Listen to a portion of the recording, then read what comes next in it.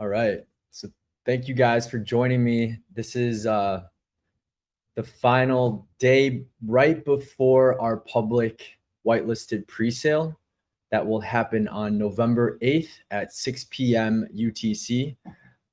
Just wanted to go over a few things and then we'll open it up for all the questions that you guys may have. We are aware of people being added into random Unimoon groups. They are fake imposter groups. They are not our groups.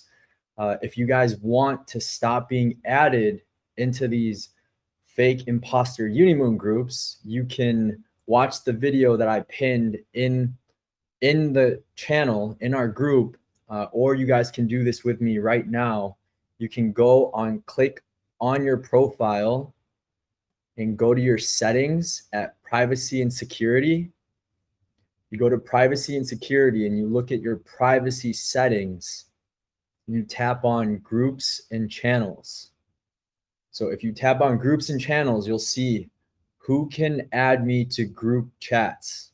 So for most of the people that are being added, then it's because it is selected as everybody.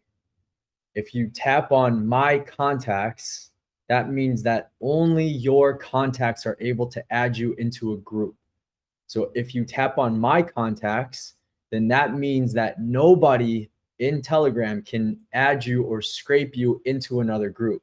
If you have it left on everybody, then anybody in Telegram can scrape you straight from a group that you're a part of. So people can take you from one group that you're a part of, such as Unimoon, and then they can just add you to a fake group.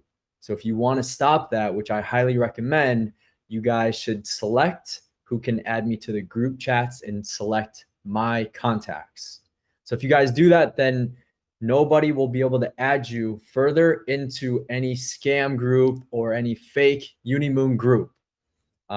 So I've tried to do as much as I can. There really isn't much that beyond warning people and beyond trying to let everybody know that if you guys are contributing to the pre-sales, I will be on the call just like this. I will do a video call just like this on November 8th at 6 p.m. UTC. So that date hasn't changed. It's always been November 8th at 6 p.m. UTC. And so if you guys are being added into a group and you all of a sudden happen to see 2,300 BNB currently contributed and there's only 100 BNB left, this is false. We are not live. We are only going to be live with our pre-sale on November 8th at 6 p.m. UTC. If you go to timeanddate.com, you can plug in 6 p.m., which is 1800. So 1800, you can plug in GMT or UTC, plug that in on timeanddate.com. And then you'll be able to see, you'll actually be able to see what within your time zone, what time your time zone would be based on that conversion. So you go to timeanddate.com, type in GMT and plug in 1800, which is 6 p.m. UTC, and then plug in your time zone, wherever that is. And then you'll be able to see exactly what time that will be at. So we are not live. If most of the people in our group are being added by these scam groups, by these scammers posing as Unimoon. It's a good sign in a way because it shows that there is an incredible amount of hype. We've done a lot of work on the brand and put in a lot of hard work for the marketing. And it goes to show that the hype is real. There is a lot of people that are very excited about the project. And it's about time that there is something like this, that there is a truly decentralized social media network. And it really, we're focusing on providing a digital identity and self-sovereignty so that you have better control of your privacy, better control of your data, and you actually get rewarded for the amount of output that you put with your human energy onto a network. That's what we all do currently on the social media networks of Facebook and Instagram and TikTok. We put our creativity, we take our energy, and we expend that onto these social networks. And the real benefit of these networks are seen by the centralized entities of Facebook.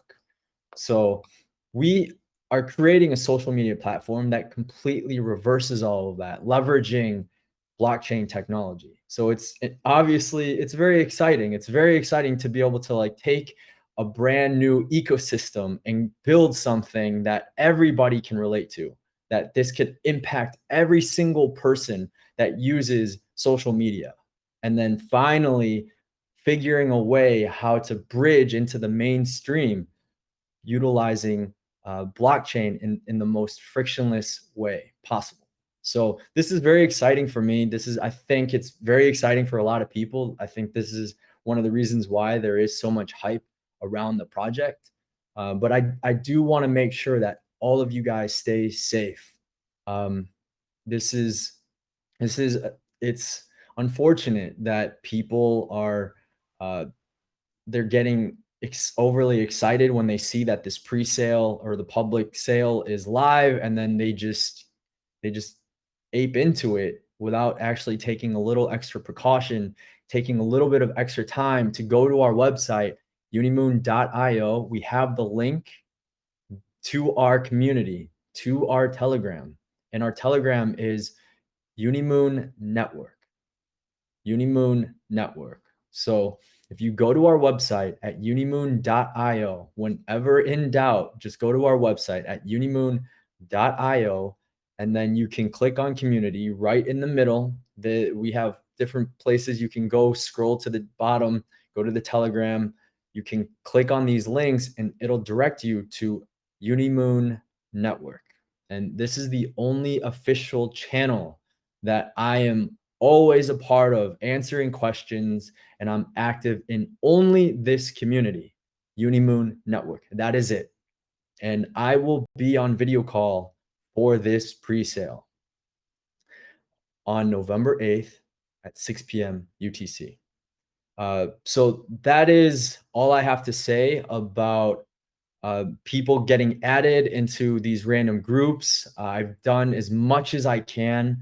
It pains me to see people getting scammed by these imposter groups, but I really can't babysit every single person that's in our group it's impossible.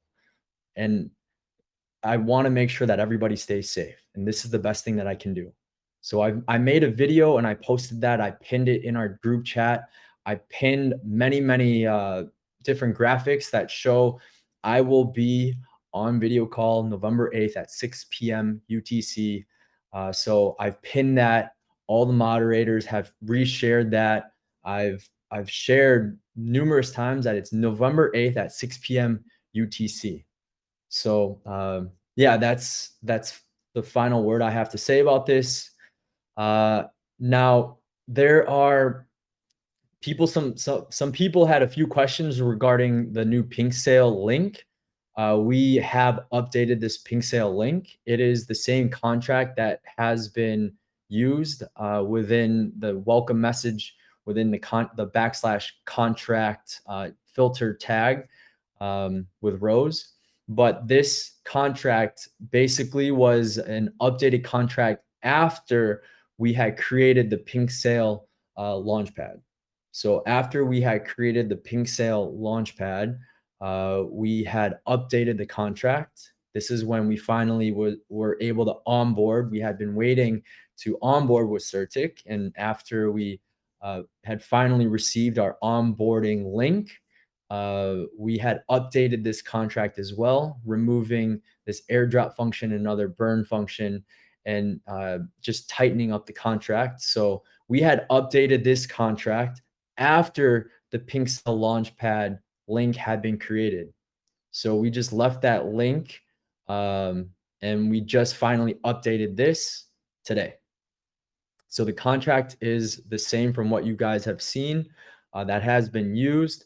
We have finally updated the contract, and it's the same contract with the pink sale link. We have the KYC badge added. We will have our audit badge added as well onto the pink sale launchpad. This audit was done with Trinos. He is well respected in the BSC space. But we do also have a CerTIC audit on the way.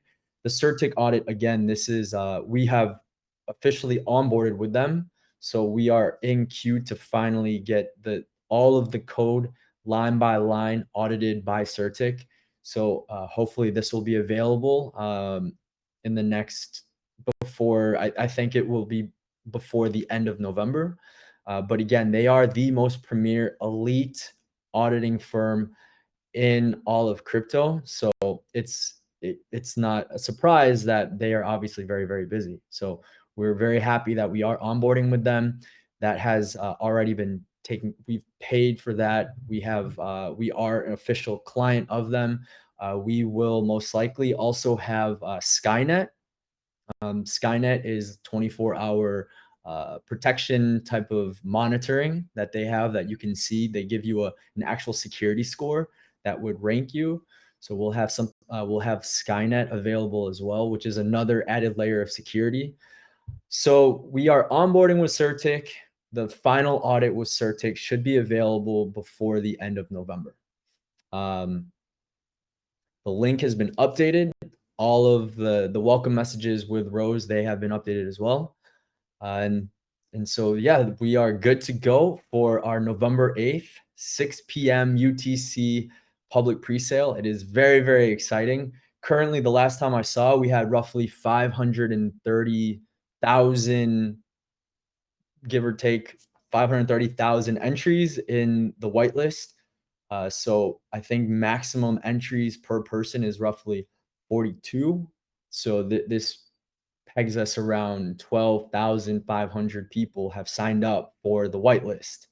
It's quite, it's very exciting. It's obviously there's a lot of excitement around the project, a lot of enthusiasm and support. And so thank you guys so much for showing your enthusiasm and support for the project. It's very exciting to be able to build something that be a part of this vision that I've had, and something that people are resonating on a profound level. So I want to thank you guys so much for being a part of this and being here this early and supporting this project. It's very exciting to do this right now. It should have already existed in crypto. Unfortunately, it hasn't, but here we are, Unimoon, the first decentralized social media network. So it's very exciting. I'm very excited to build this and be here with all of you guys right now and be this early into a project. We have 1,500 whitelist addresses that are going to be set up, and this will be available at least 2 hours before. For those of you that have signed up through the unimoon.io whitelist website, we will have a lottery that will be randomly generated. Or the whitelisted addresses will be randomly generated, and then we will send an email out to all those winners. Also, we will also have some of those of you that were a part of the private sale 2, unfortunately didn't get to contribute. We opened up that private sale or that whitelist Google list. We had that open for about 5 minutes. There was no email address in there. So for those of you that missed it and were on the video call with me on November 2nd for that private sale 2, we have your addresses ready to be added there as well. So you guys would be added to that whitelist tomorrow at November 8th, 6 p.m. UTC. So you guys will obviously not be able to get an email, but for those of you that did it this way, you will be able to see that whitelisted address on the Pink Sale platform tomorrow around at least by 4 p.m. UTC. So that is all I had to say about that. Now I wanted to open up the floor to some questions if anybody has specific questions, perhaps about the project, or maybe about the pre-sale or the pink sale link, whatever it is, I'm here to answer your questions.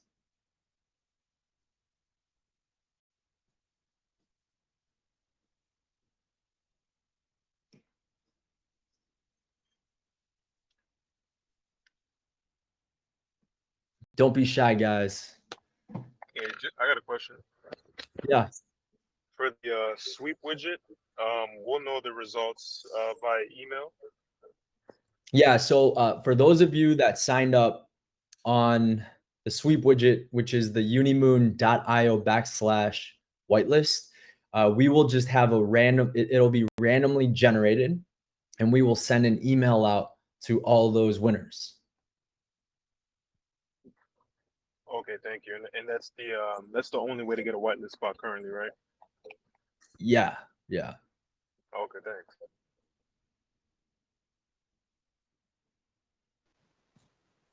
Hello there. Hi. Can can you hear me? I can hear you. Okay, I noticed the new changes on rows.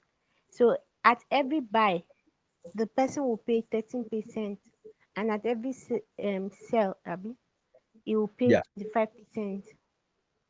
that's right. Fi- I think 25% is it not on a high level? It may be, we have this as a measurement to discourage people from dumping. Um, that's the reason why we have it implemented at 25%. But long-term goal here, we're building products. We're already under development. And the long term, and it's not even really that long term in crypto, 3-4 months might feel like a very long term, but we are migrating to our own layer one blockchain, which is already in development. And we would eventually eliminate all these taxes. So if you guys are really worried about the taxes, just hold on for a few months. Just hold on for a few months and we'll migrate to our layer one and eventually eliminate these taxes. We're a long-term Okay, project. okay. So when do you intend to migrate? Yeah, 3 to 4 months would be when our test net would be live. And then we would have to have proper auditing, proper penetration testing, make sure that it's 100% safe. And then we would, once we know for 100% of a fact that it was ready and safe to migrate to, then we would do this. But we expect testnet to be available up and running in 3 or 4 months. Okay, thank you. You're welcome. Hello. Hi. For how long will will the resale to whitelisted candidates be open before it is finally open to the public? 5 minutes. So those of you that are those of you that earn a whitelist spot for the public presale, we will give you guys 5 minutes ahead of the public. So within 5 minutes, it's only the 1,500 that are awarded the whitelist spots. After the 5 minutes, if the hard cap isn't filled by then we will open this up to the public. Okay, thank you. You're welcome. Sorry for clarification. When actually is the launch date? So as of right now, we have it set up at November 11th, 7 p.m. UTC, I believe. This would be 72 hours, roughly 72, 74 hours after we set up the first or set up the public presale. So our public presale is November 8th at 6 p.m. So we just gave 72 hours to which would be 40. We had allotted 48 hours for this pre-sale to be filled for the 2,400 hard cap, and then 24 hours thereafter. So as of right now, our Pancake Swap launch date is on November 11th at 7 p.m. UTC. Okay. Hello. Yeah. Yeah. Okay. Thank you very much for your time and then for this project that you are bringing up, which is a very first of its kind. Thank And you. with the hype that has actually been built around it, it's actually going to be great. Thank My you. first question is, what will be Uh, the listing price of Unimoon? yeah, we're gonna list it at the public pre-sale, the whitelisted public pre-sale on Pink Sale would be 90 billion Unimoon. So one BNB will equal 90 billion Unimoon. On PancakeSwap, it will also list at 90 billion Unimoon. However, we will implement the taxes. So the buy taxes would be at 13%. So that means that one BNB would be around 78 billion Unimoon. So if you buy on PancakeSwap, you will buy one BN with one BNB, you will be able to buy not 78 billion Unimoon. Okay. Yeah. Roughly, but then there's also market dynamics. So there's demand and the price can move up and down it accordingly, right? Depending on the proper price discovery of this. All right. Yeah. So, like with just the little that I know with respect to this, I know you have actually sat and then decided with your team in terms of this. But with the taxes, it Uh-huh. actually look very high, and then with so many good projects that I know of that I'm not going to mention because this is actually a good project on its own. They actually have an IDO price, and then on listing, they raise the price up a little bit, and then they vest the tokens of the early buys. And those Yeah. projects hardly do they dump. They don't have these higher selling and buying taxes, and mostly they do well. A lot of people do not like this idea of higher taxes on most projects, and I know of a project that could not actually do well due to their taxes, and they would have to migrate to a new contract. Yeah. Um, just a suggestion: if maybe you can also go by the vesting method, and then at least reduce the No, taxes. honestly, like I thank you for your suggestion. It's just at this point, it is too late to make that kind of change.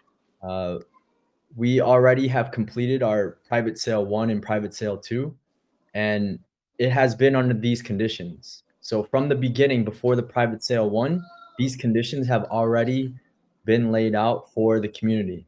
So at this point, for us to change that with all of this amount of attention and interest that we've built, I don't think that that would be right. So for us to raise the listing price, for us to, and to be quite honest, there's actually no way to even change that listing price on Pink Sale. That's the reason why we had to actually go in and pay another BNB to update the contract. There is no way to go in and edit things like this. It's a decentralized platform, so we would have to once again update the contract with a new Pink Sale link.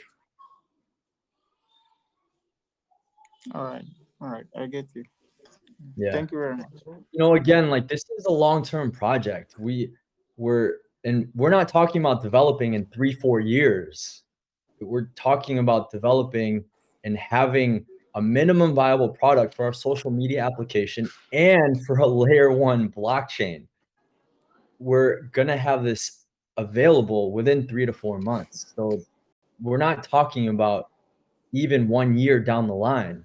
We're able to. It's just around the corner.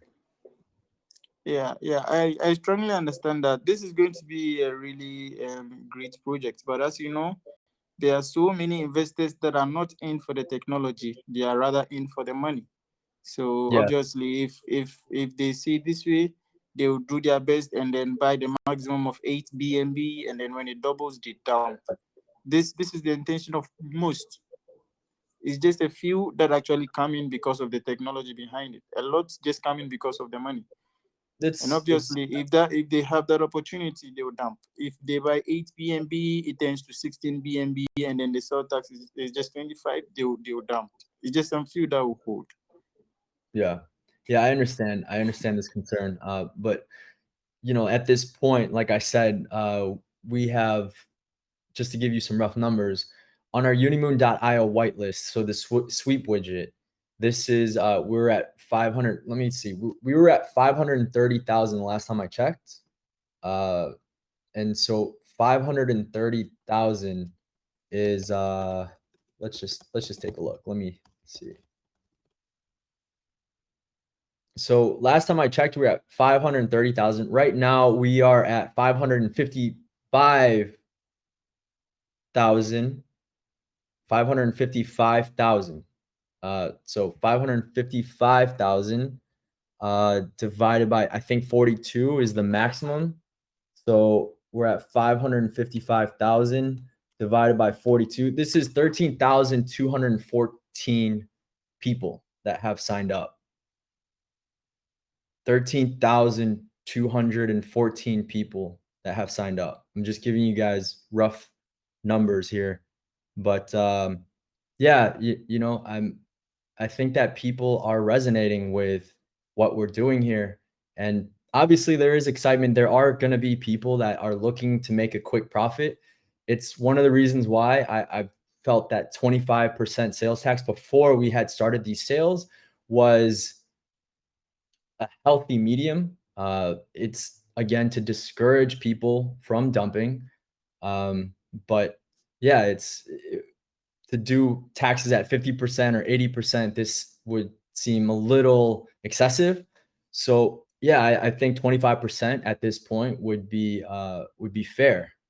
And that's what we have set. And based on these parameters, we've still managed to have 13,214 people sign up for the whitelist with all of that information already laid out before our private sale 1 had even started. All right, I get you. All right, I get you. Thank you very much. Yeah. Hello. Hi. Yeah, hello. Are you saying the taxes are only for those buying from the pancake swap or both Yes. the pink sale? Pink sale is not taxed. No. Okay, just those from pancake swap. Yeah. Thank you. Pancake swap. Yeah. Hello. Hi. So I just want to know if you're an actor, because I check your LinkedIn and it says that you're an actor. I am an actor. I have an agent and a manager. It's taken a huge back seat though. I actually missed a huge audition for as a main character for a new TV show, but I've been so immersed with Unimoon that my passion for art and acting has really taken a back seat. But yeah, I'm very excited about building Unimoon right now. Yes, I am an actor. I've done movies and over hundreds of commercials, TV shows, and I'm represented in Los Angeles with a manager and agents. Thank you. You're welcome. Hey Dale, Hi. how's it going? It's good. Excited for our big day before yeah, It's coming public. up. It's coming up. Yeah, it's exciting. Like I'm blown away by the amount of excitement and interest that we have garnered up to this point. Yeah, it's amazing. It feels really great.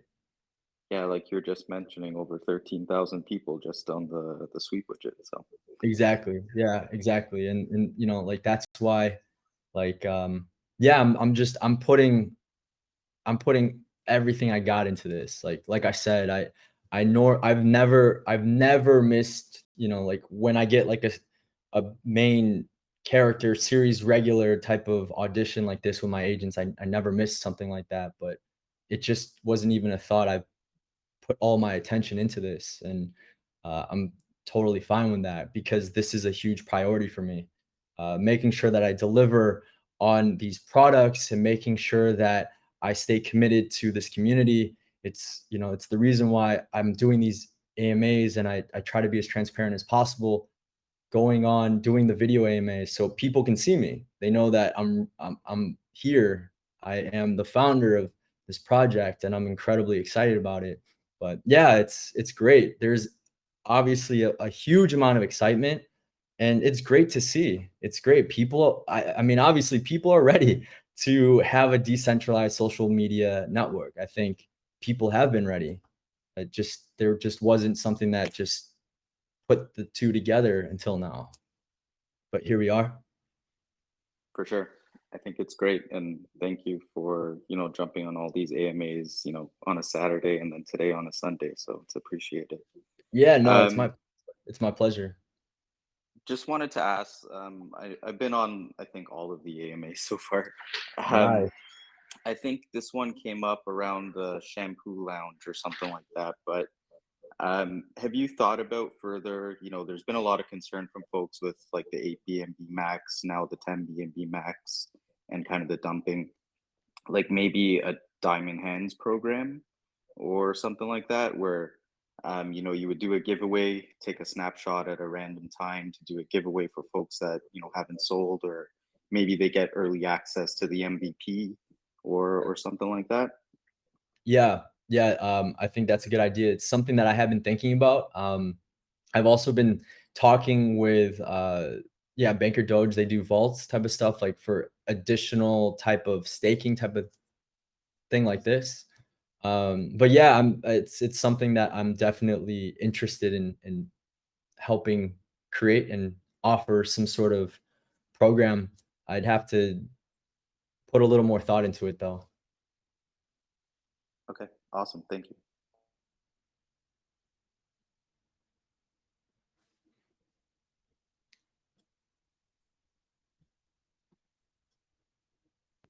Hey, can you hear me? Yeah. Hey, great. I got a question. Yep. So, what are the biggest challenges you expect to face, and how do you plan on overcoming these challenges? Um, I think at a certain point, like there's things that just don't go the way you plan it to, especially with, like bringing some complexities with technology and software and while we're not really inventing something that doesn't, we're taking pre-existing technologies, but I think part of this is just making sure that everything can just be run smoothly and making sure that we can really deliver on a very, very beautiful user experience. Like this is my biggest concern is, and my focus is making sure that the user experience is frictionless, and this transition into the mainstream for crypto is just something that people wouldn't have any sort of essentially friction. Like people would not have any problems using our application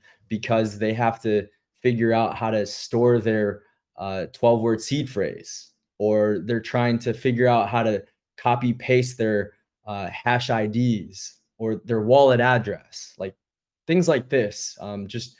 I think that this is going to be one of the biggest challenges. It the complexity of that, to make sure that it is really just effortless and frictionless, and making sure that it's in a beautiful design. So that to me is one of the biggest things that I'm really focusing on, is just making sure that we deliver a very aesthetic, very simple and free feeling social media application that delivers a beautiful user experience. I think that that would be the greatest challenge. I think that that is the reason why cryptocurrency hasn't really seen the level of adoption that we expected it to, or that I expected it to, because it really is a superior technology. So yeah, just user experience, making sure that user experience is up to par with what people are used to in current social applications. Thank you.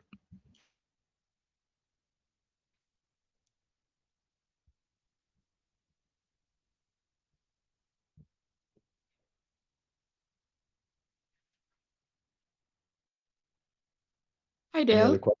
Hi, how's it going? good. How are you? I've seen you Good, good. before. Yeah, yesterday I asked last a couple questions yesterday. Welcome back. Thank you for joining me. Yeah, yeah. Well, excited for tomorrow. So I'm in Canada, waiting for, like all this announcement and AMA. You're doing it. It's really, it's actually encouraging small investors just like me, like for long term. Like there's a lot of scams out there. It's not Yeah, their speed, right?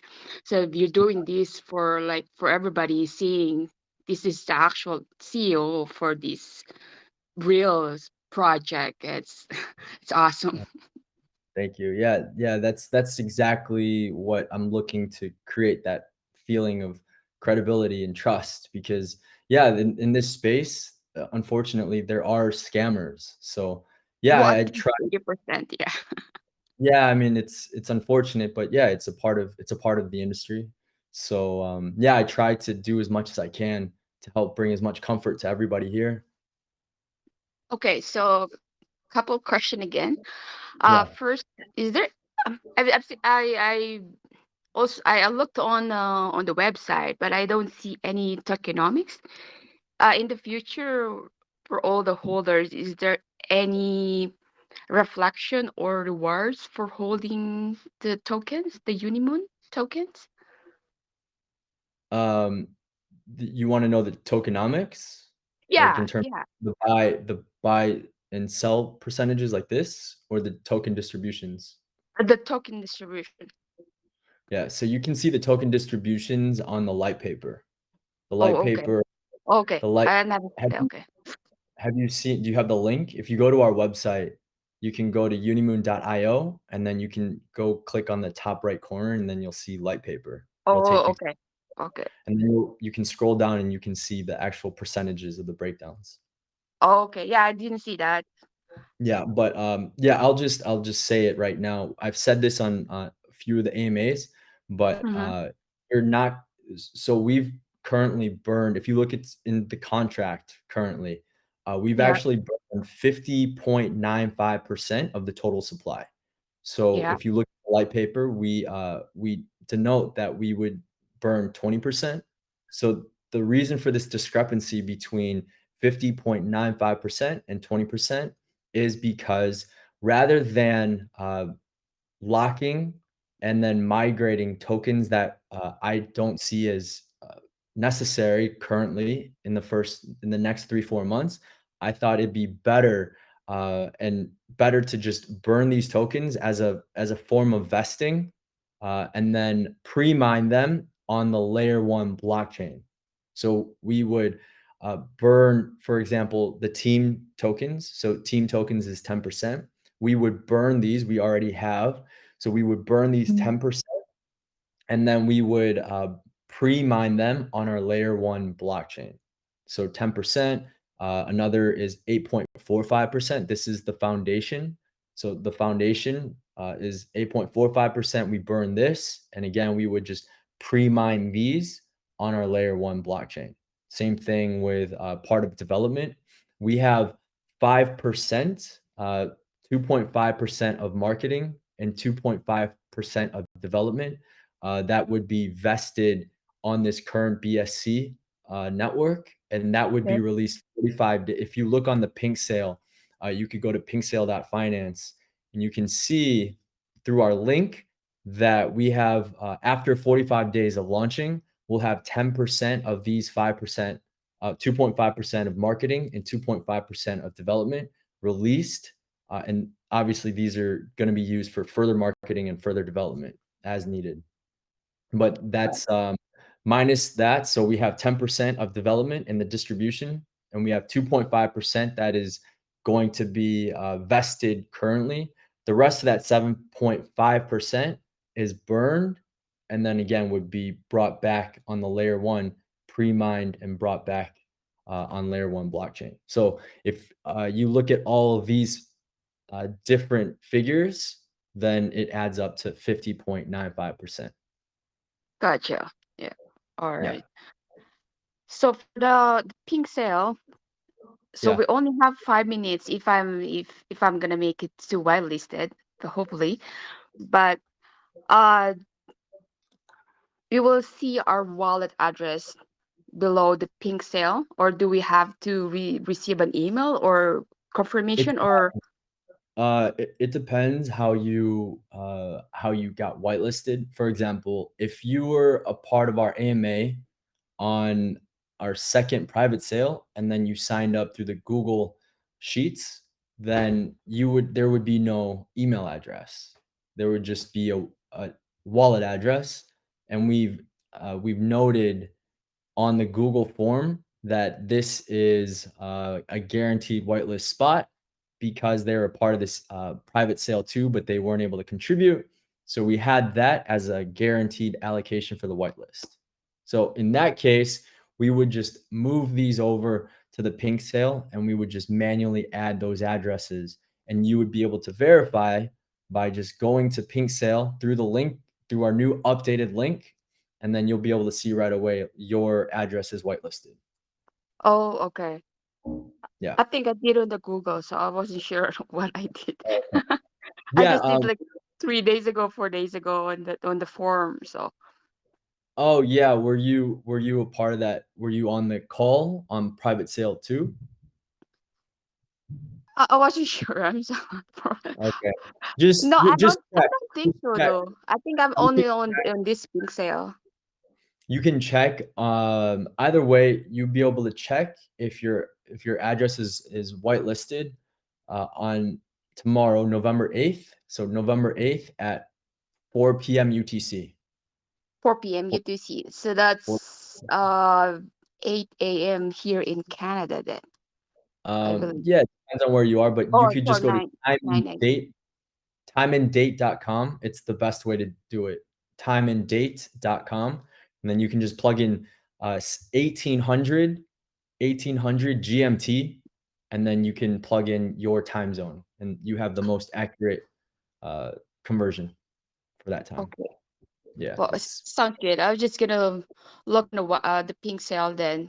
Because we only have 5 minutes before we do the pink sale, right? Well, for those of you that do get whitelisted, the whitelist will have a 5-minute head start for the 2400 hard cap. If the 2400 hard cap is filled with the 1500 whitelisted addresses, then the sale would be over. If it doesn't fill, then after 5 minutes, it would just be open to the entire public, to everybody, and anyone that, even if you're not whitelisted, it would be available to purchase. What is the maximum for pink sale to buy? 10 Maximum B, BNB? 10 10 BNB. BNB. Okay. That's right. Sounds good. I'll Okay. wait for tomorrow and good luck with everyone. Good luck with the Yeah. project. Good luck to you. Thank you. Have a good Thank you. day. Yeah, thank you.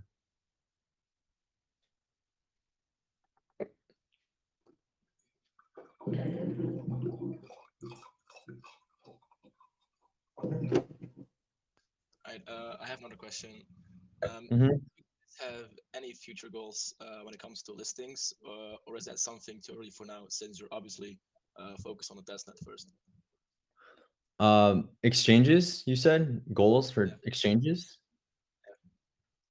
Yeah, I mean, all the big ones. Yeah, all the top tier ones would be my goal. All right. Yeah.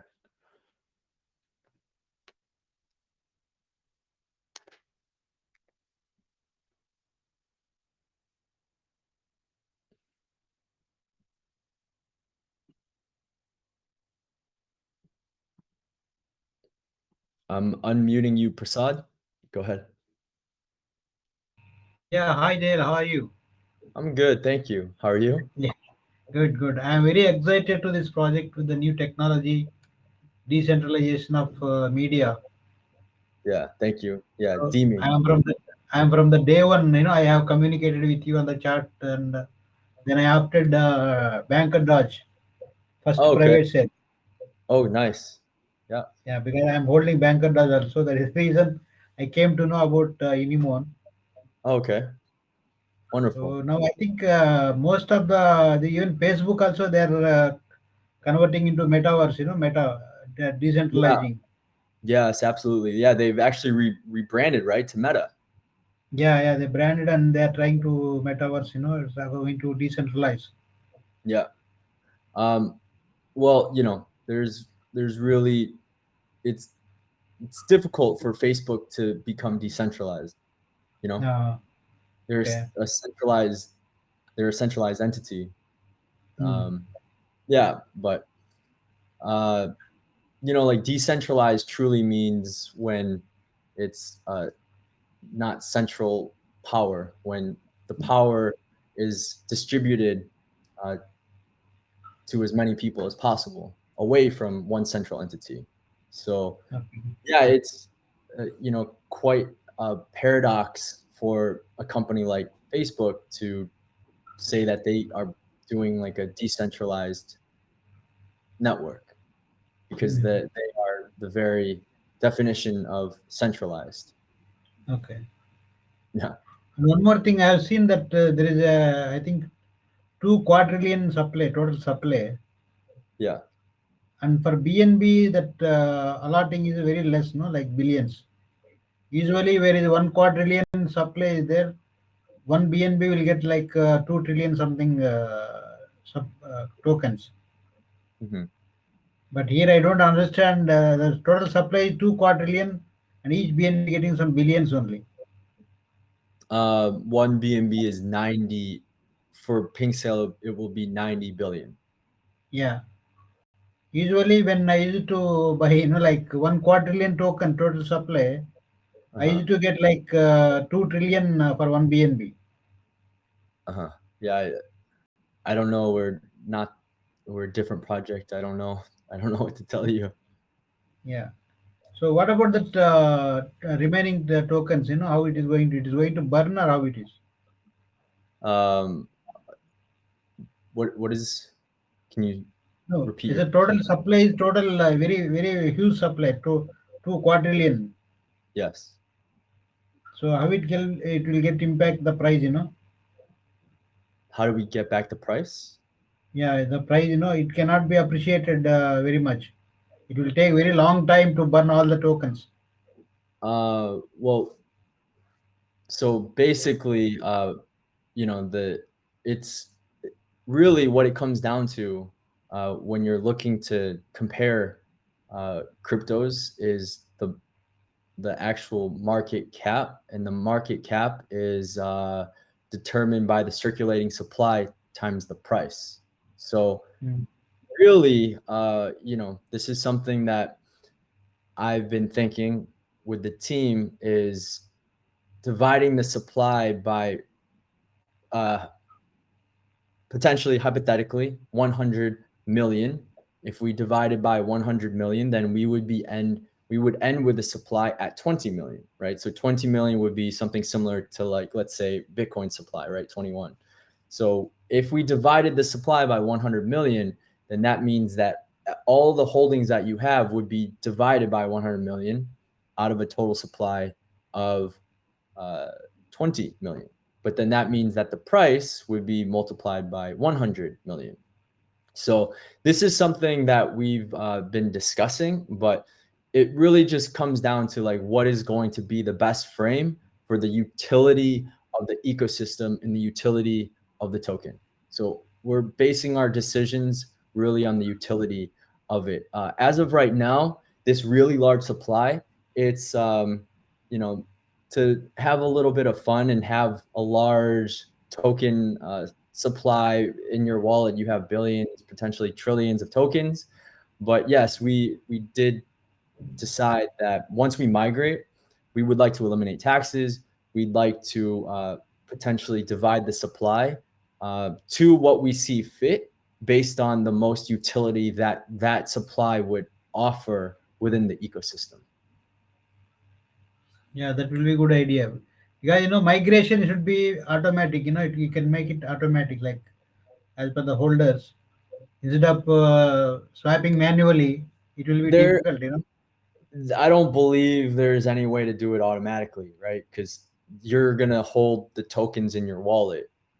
There's no Yeah. way for us to automatically take your tokens and right and swap them out. And so most likely, yeah, we're still a few months away from this, but the way that we've discussed is that we would create the bridge from BSC to our layer one, and we would just allow people to essentially claim a swap.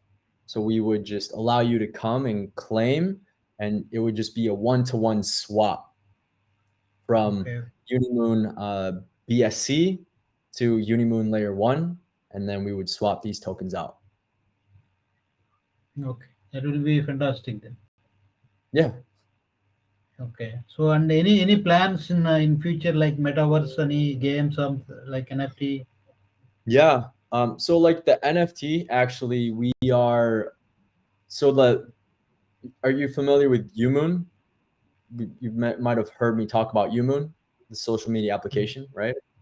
So Umoon is it's going to be a multitude of different social media applications, right? Like similar to like when iPhone first came into the market, iPhone had the phone, it had pictures and videos and like an iPod all in one. So, there's all these different applications like Instagram, TikTok, Snapchat, YouTube.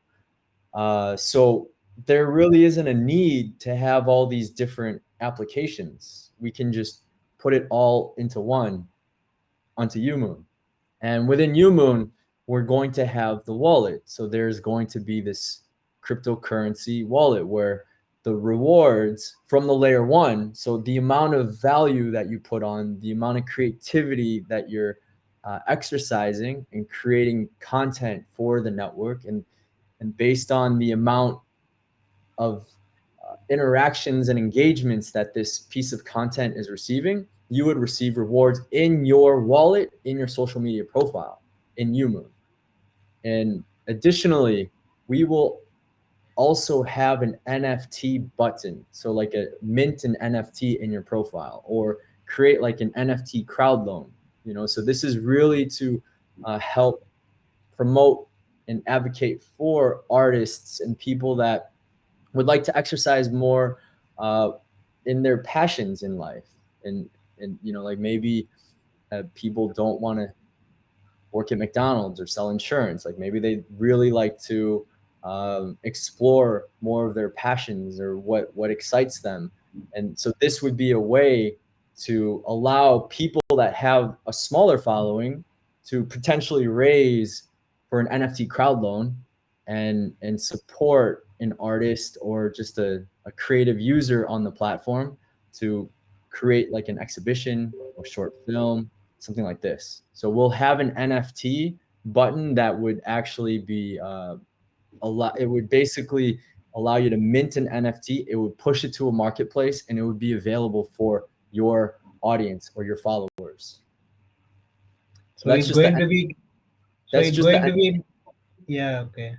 yeah. But we will also right now we are, I don't want to dive too much into it because we're just really in the early stages of it, but we're also researching and we're looking to reach out to a few different metaverse companies and potentially create some sort of partnership where we could allow some collaboration with our Umoon application into a metaverse. So I think that there's a huge amount of potential, and I think that there is definitely some correlation there. So yeah, this is like in the complete beginning stages of it, but yeah, it's something that we've thought about and we're looking to explore further. the So metaverse specifically. it's going to be crypto mall. What? It's going to be Unimoon going to be crypto mall, crypto supermarket. Crypto supermarket? Uh, yeah, I mean, I think with all interactions and engagement, it's important to understand like the reality in the metaverse too. It's it's exciting, this virtual augmentation for people, gaming. Like Yes. this is all Yep. another extension of human interaction. So philosophically, this is what the focus of Unimoon is, really to understand um, the exchange of value and what that value means and how we can properly place our interactions, our engagements into value. And Unimoon would just be the currency to engage and represent this human value, this exchanges of the engagement. So it would be our social currency. Yeah. Thank you very much, Mr. Dell. I appreciate. Yeah, Hope thank you. very soon we will moon.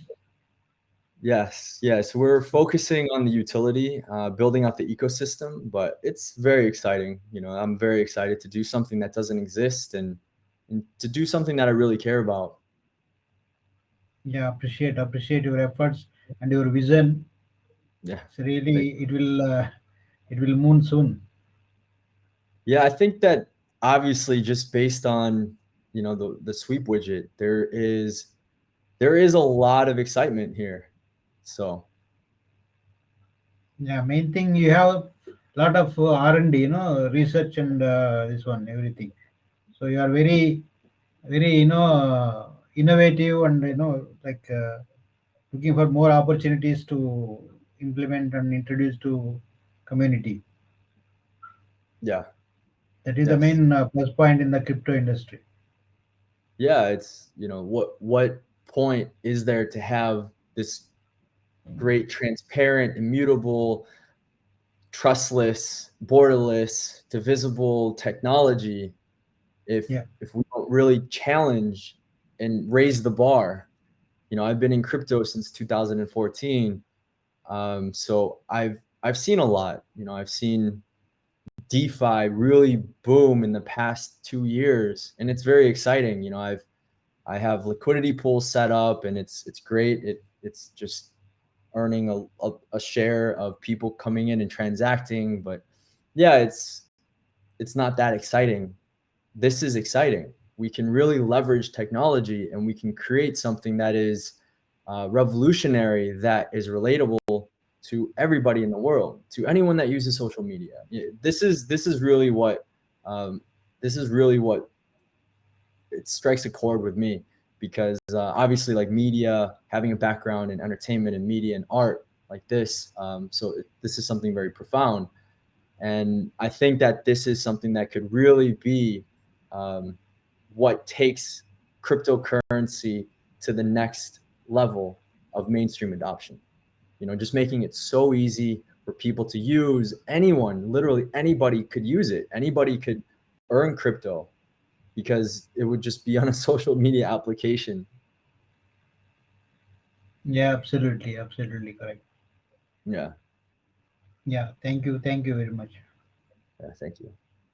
Okay, I got one question. So why did you guys choose for this versus genuine research and actually yeah.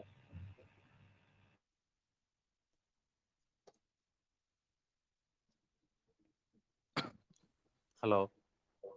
Hello.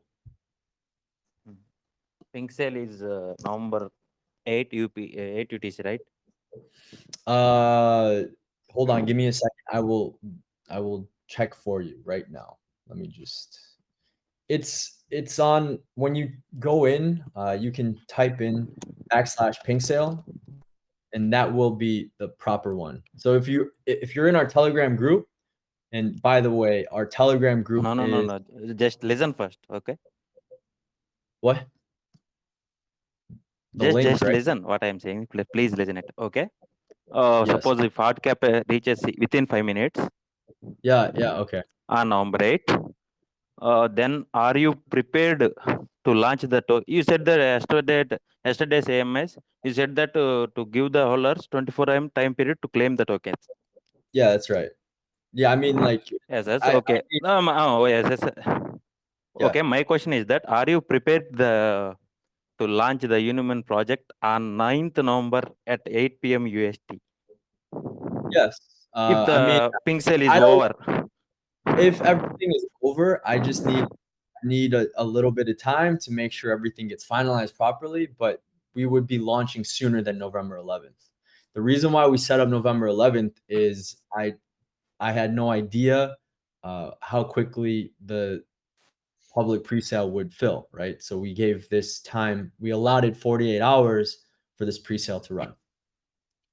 And then Okay, 24 hours. what is the maximum market cap you expect of Unimoon project in future? Oh, I cannot speculate price at all. I'm focusing on developing utility. Yeah, but Okay. you know, you're welcome to compare it to uh, different social media networks, different layer one blockchains. You know, BSC is a fork of Ethereum. Tron was a complete copy of other layer ones as well, like even the white paper. So yeah, I don't speculate on the price. I'm building the ecosystem where I focus on the utility, focus on actual functionality for decentralized media, for DeMe.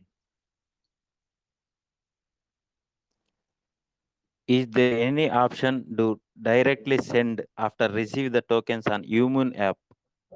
I talking about the future, not present. Uh-huh. Suppose if I earn 1 lakh Unimoon tokens by watching the content to provide by you on Unimoon app, Yeah. it is it is able to direct sell the Unimoon tokens on Uh-huh. that app. Yeah, so within the application, yes, you will be able to send,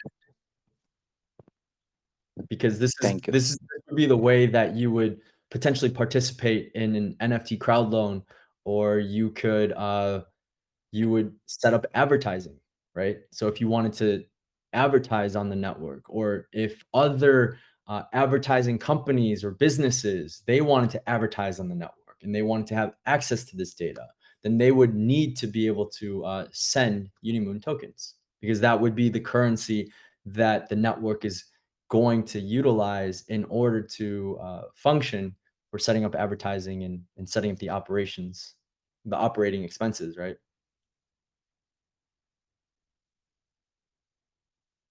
I have.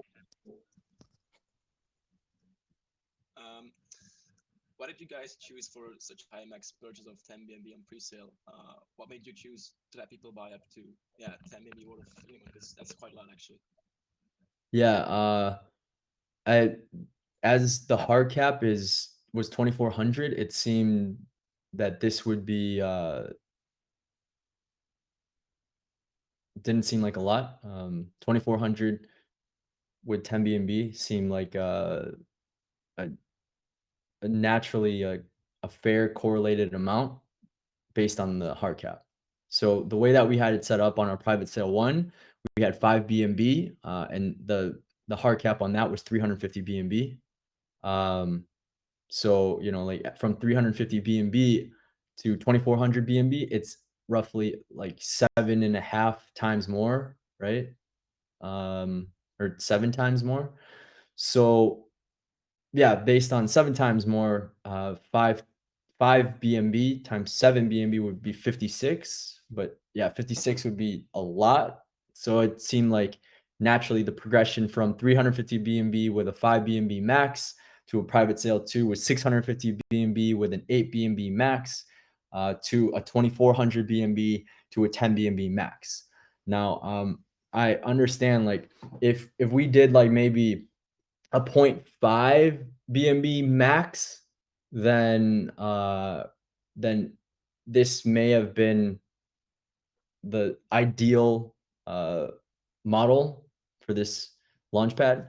But yeah, that wasn't how we had planned this out. The way that it was set up was private sale 1 with 5 BNB, and so on and so forth. So if I could do it all over, maybe I would have put a max at 0.5 BNB or just 0.5 minimum, maximum, something like this. But this is the way that we set up the sale.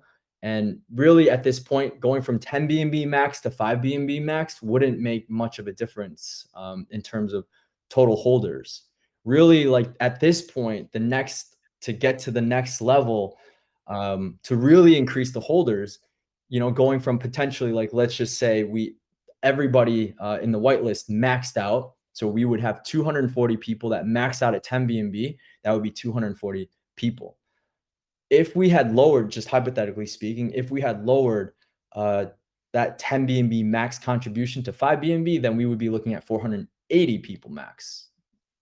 I think the real values of network is really the network effect, right? Network effect specifically for social media networks, for cryptocurrency projects, when there is this critical mass adoption level. So for us, I think that we'll have 2 stages of different critical masses. I think one would be within the BSC network, and then I think the second would be within the mainstream. And yeah, really going from 240 to 480 is not critical mass adoption for BSC. I think that really, and we're not gonna reach that level in private sale pre-sales anyway. It's going to be outside of the pre-sales. Really, the pre-sales is focused on bringing this project in front of people that can really align with the vision, can understand the value of the utilities that we're building, the value of the social media ecosystem, and get people excited to become enthusiasts of the project. That was my goal. And I think that we've done a decent job at that so far. And that's where I'm going to continue to focus my energy, building the community, sharing the vision, increasing the visibility, and focusing on the development of the products. But again, going from, let's say 240 potentially contributors in the pink sale, the public pink sale pre-sale. It's like a tongue twister, right? Public pink sale pre-sale. I don't think it would make much of a difference. We will see a bigger difference with this critical mass adoption level once we go from, let's say, maybe like 10,000 holders, 100,000 holders, like this level. Once we get to like 100,000 holders or 1 million holders, right? We would never get 1 million holders from a private sale. It would be impossible. So at this point, we are focusing on development, focusing on building a really, really great social media application on top of completely bug-free, very smooth layer 1 blockchain, and increasing our visibility with the marketing. That's why I am going to do a video series for additional content marketing on top of all of this other stuff with the managing the development and the social media application and the layer 1 blockchain and the current marketing that we have in place, along with like the other branding that we've been setting up. But I will also be doing videos around 1 week to release a type of series to challenge the industry, to share our vision, and to keep pushing the needle forward in terms of the crypto industry with as an innovative project. So I've mentioned this in other AMAs, and I'm sure there's a bunch of new people here, so I'm just going to mention it again.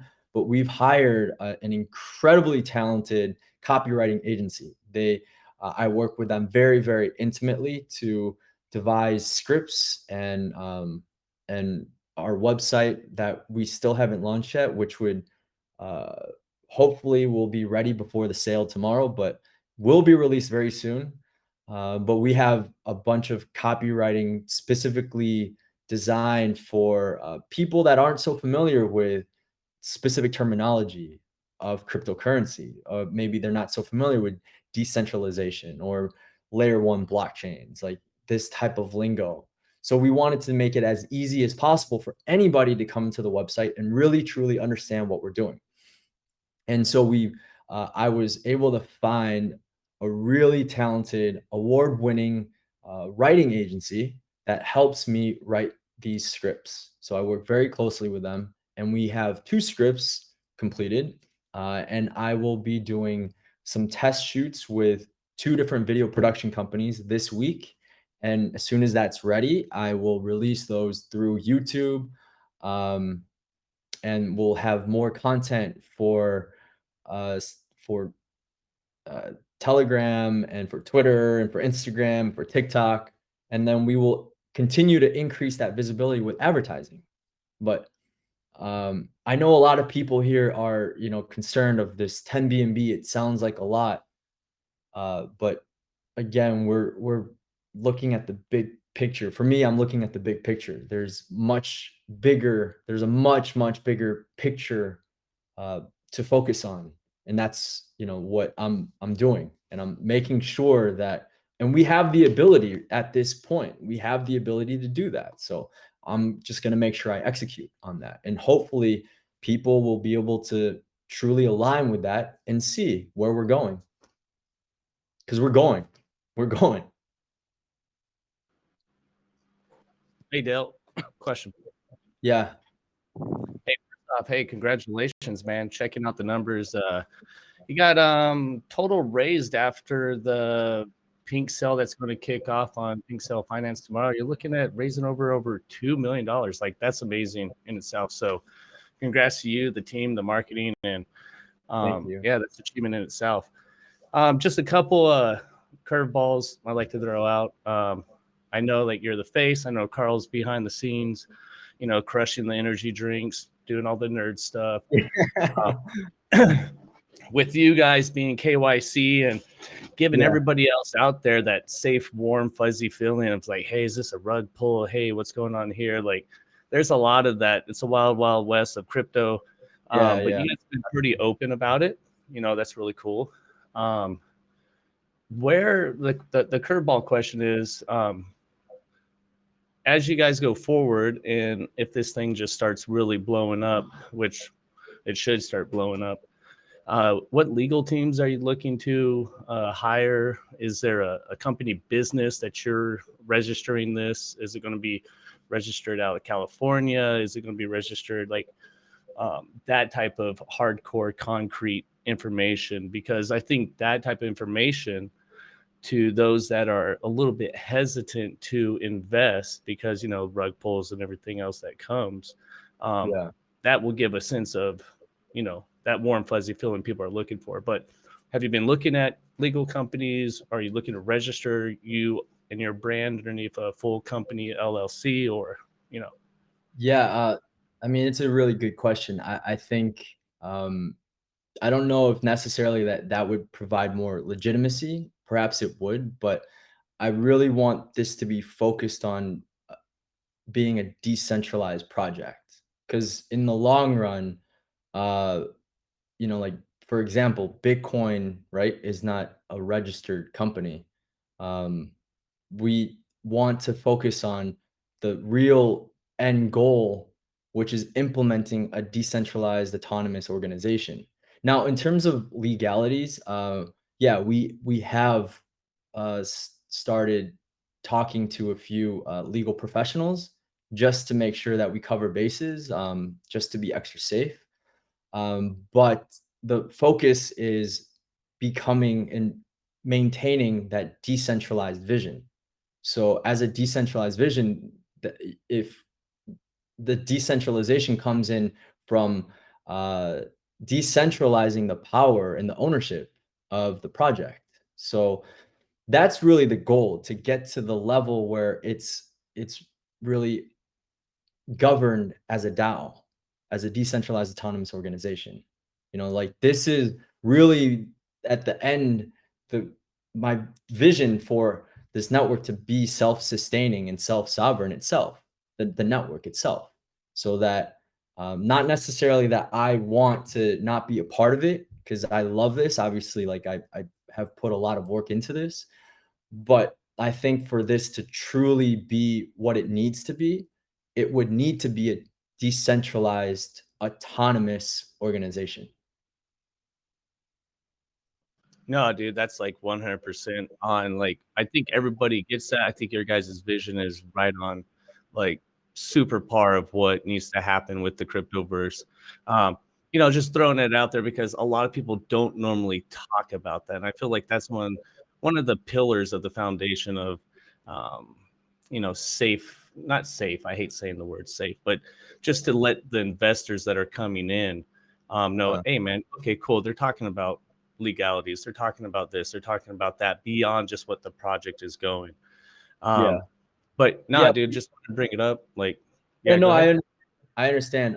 We definitely have begun dialogue with like with legal representatives, just in case, right? Because yeah, there are hardcore regulations, like specifically, for example, in America, and we even see things like with like the infrastructure bill that could potentially, put a damper on projects and things like this. So that is something that we want to make sure we don't have any issues with. But yes, long-term goal, we are really focusing on a decentralized autonomous organization. If you look at the light paper, it's also the reason why we discuss a multi-body sortition. So a multi-body sortition would really create a more checks and balances for the network, so that no one person would have superiority or supreme authority over another group of people, right? Like there would be no way to take a malicious actor and bolster up votes and vote in a particular way to sway a certain type of decision, right? With a multi-body sortition, you would have these checks and balances. So that is really, again, what we're trying to focus on, is delivering that. In the immediate, more short term, I think that we have already begun discussions with a few different legal representatives, just to cover bases in the event that we get pressed. No, that's outstanding, man. Hey, thanks for answering my questions, and truly, hats off to you. And if there's any doubters out there whether you should jump into Unimoon or not, I would say, hey, just throw a couple little B&B that you can get in on, and if you can't get in on the white sale, don't worry, it's going to launch. And to all the additional doubters that are out there, never be afraid to invest into a project that has been as transparent as Unimoon. But more importantly, not financial advice. Do not invest anything that you cannot personally afford to lose. But Unimoon seems like a safe bet. Hey, Dale, thanks for crushing it, man. I have to actually go look at you on YouTube and see your acting skills. But I'm sure they're pretty good all over. It's all right. I mean, like it was one of the reasons why I was like really passionate about it, was because I was raised in like middle America. And like when I was younger, I never saw, people that look like me on camera. So I was always like, what's up with this? So it was just like a kind of like an internal driving force. I just always really appreciated art, was always really passionate about films. Like just, it's incredible. Like we as humans have the ability to like communicate via art with films and be touched and moved or made motivated, inspired, or sad, things like this. So yeah, I've always been really, really into art and film. And so it's one of the reasons why I went to USC. There you go, brother. All right. Well, hey, thanks. That's all the time. I know you have other questions to answer. Keep crushing it. Keep being awesome. Keep being transparent. And I'm sure your community will 100% support you. I've been in all your private sales. I'll be in on the next one. And if I see you around in the United States anytime, I'll make sure I holler at you. I'll buy you a beer. Take it easy. Thanks, man. Thank you for your question.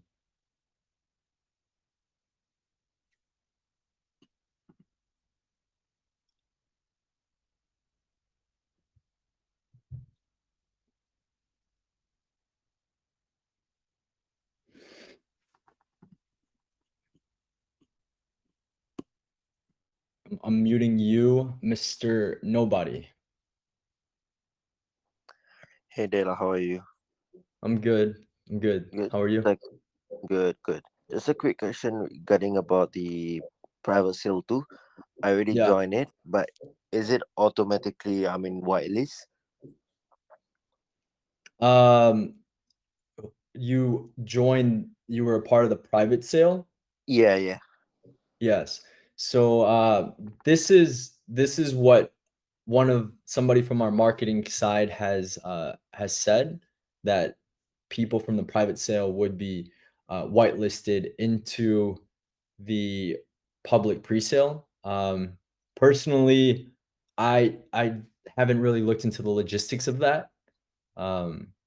But our marketing head, I believe it was him that said that this would be the way that it would be done. I personally just haven't seen the logistics as to how that would be set up. Oh, okay, so when I check in the pink sale link that you sent, the latest one, Yeah. it stated that I'm not whitelisted. Nobody is whitelisted on that pink sale link. We haven't Okay, added any addresses. all right, Yeah. great. Thank you, bro.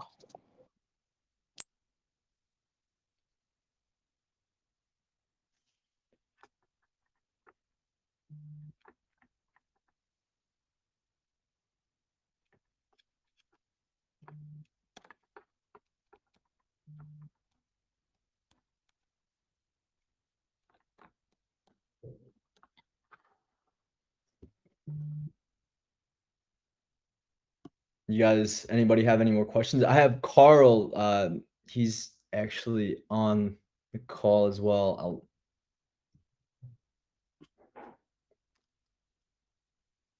Yeah, I just unmuted. Hi.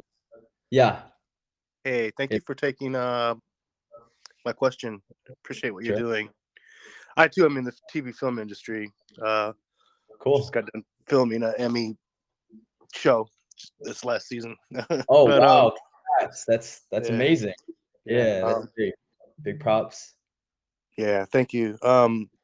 The question that I have, I'm kind of new to the crypto world and whatnot, and if if if one is selected for the whitelist, what exchange would one use to purchase the the crypto? Yeah, Thank you. so what you would, so like if you earn a whitelist, then you would go to pinksale.finance. If you're in our group chat, you can just type in /pinksale. Right. I just did that. So there's a link right there. It says presale link. You would just click on that link, and if you connect your wallet in the top right corner, you just connect your wallet, then you would be able to you'd be able to participate. Appreciate it. Thank you. Yeah, no worries.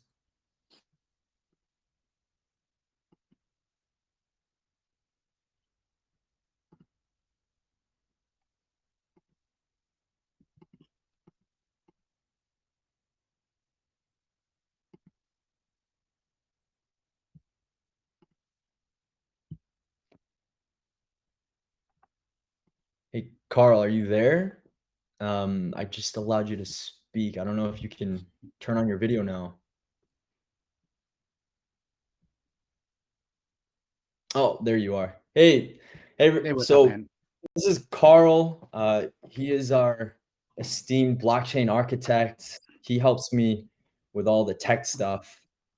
Yeah, but yeah, he's here for the call. So maybe if anybody else has any questions for me or Carl, yeah, go ahead.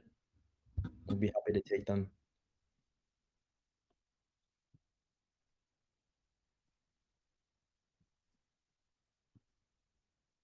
I don't know, maybe you can just give a brief introduction. I think we have a ton of new people in our group chat. We're at like 13. We're like, what are we at right now? 13,443 people. So I yeah, don't it's know if I've growing. actually done one of our AMAs Yeah, no, before. yeah. It's I've this is been, like running around to all the other ones, but this is literally just within our own group, 94 Mhm. people, just inside Unimoon. Which is very awesome. And I kind of troll and lurk in the community a little bit. I just for context, well, a little, right? I purposefully am keeping the kind of the community discussion, my engagement, my team's engagement at arm's length, just to measure, kind of compartmentalize some of the distraction. Frankly, I don't want to get sucked into a lot of the dialogue in a lot of places. There'll be times for that once we get MVP out the door and once we're closer to that. Definitely want to be transparent, answer any questions the community has, but I'm also very cognizant of kind of separation of responsibilities also, right? So when it comes to the community, I've been keeping an eye on the Telegram group. It's generally super positive, and I love that. One of the things that drew me to working with Dale was kind of just the positive energy, his lack of sleep, right, which kind of echoes my own. So it's that kind of that focus, right? At the end of the day, this is everybody's kind of heads down hustling to build this stuff, work the marketing fronts, etc., but really have an actual product, right? I think that's been in crypto. I really hate this. It's so fucking cliche. Everybody says when they read the white paper and how long they've been in crypto, like it gives them some kind of street cred or some bullshit. It's been a minute, but the first time I kind of came into crypto, I really wasn't into crypto. I knew of it because I'm a geek, a nerd, and I love tech, right? And then a lot in the IoT space, a lot in the security space, etc. A lot of integration space, right? So before cloud computing was kind of a marketing construct, you had data centers and colos and you had interconnects and you had client server architectures and distributed systems and you had all of that stuff. And then the marketing crew came along and they labeled everything cloud. But probably in between that time period, I kind of experimented with blockchain and crypto a bit, and I totally threw it aside. Right, I was more of a data structure guy at the time. Writing class loaders, writing different kind of algorithms to sort different data structures, trees. Breadth for search, depth for search, all experimenting in a lot of the search indexing space, frankly. And I totally discounted blockchain in general, right? I got the currency angle, I got that, but it didn't land very well with my brain at the time. I found it more as a novelty, and the market kind of forced me to take another look several years later because of the adoption of using it as a medium of exchange, right? Representing different things. And even at that point, this was when I came around to it again, it was probably mid 2010s where I really deep dove it, right? Before then, it was just kind of like a passing thing. You'd see it occasionally on Hacker News or Slashdot or something like that. Totally discounted it. But the interesting thing was that I still was not very interested at that point. I got more interested in what I've always been. I've been more of an application guy. Like I've always been, put a technology together, a tech stack or novel combinations of technologies and get some use out of it. Right. There's a lot of kind of people that are very, very psyched out there when a new particular piece of technology comes out and then they dive full force into that technology. I'm more of the guy where, I need the totality of the story. I need this technology plus 4 other technologies is going to make, 10 million people's jobs easier to do, right? You see that in the Salesforces of the world. You see that in kind of the ServiceNows of the world, et cetera. Those more B2B applications. They bring a bunch of different technologies together. And the idea there is you have like 1 + 1 = 3. So the blockchain stuff, it was fascinating, but I've always been more application based.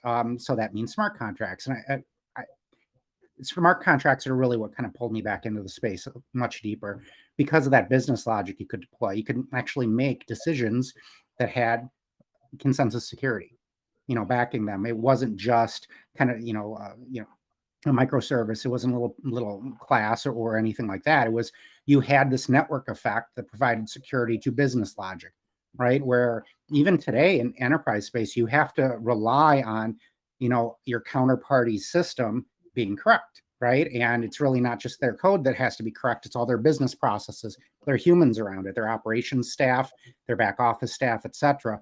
And the cool thing I see about blockchain, and what I focus on primarily, is how you can use blockchain technologies and DLTs to basically nuke a lot of the waste I see inside corporations. I see a terrible amount of waste and inefficiency and inelegance in corporates in their technology departments, right? And we're not talking about the people, God bless them, the ones replacing your desktop or your laptop or resetting your password, not that stuff.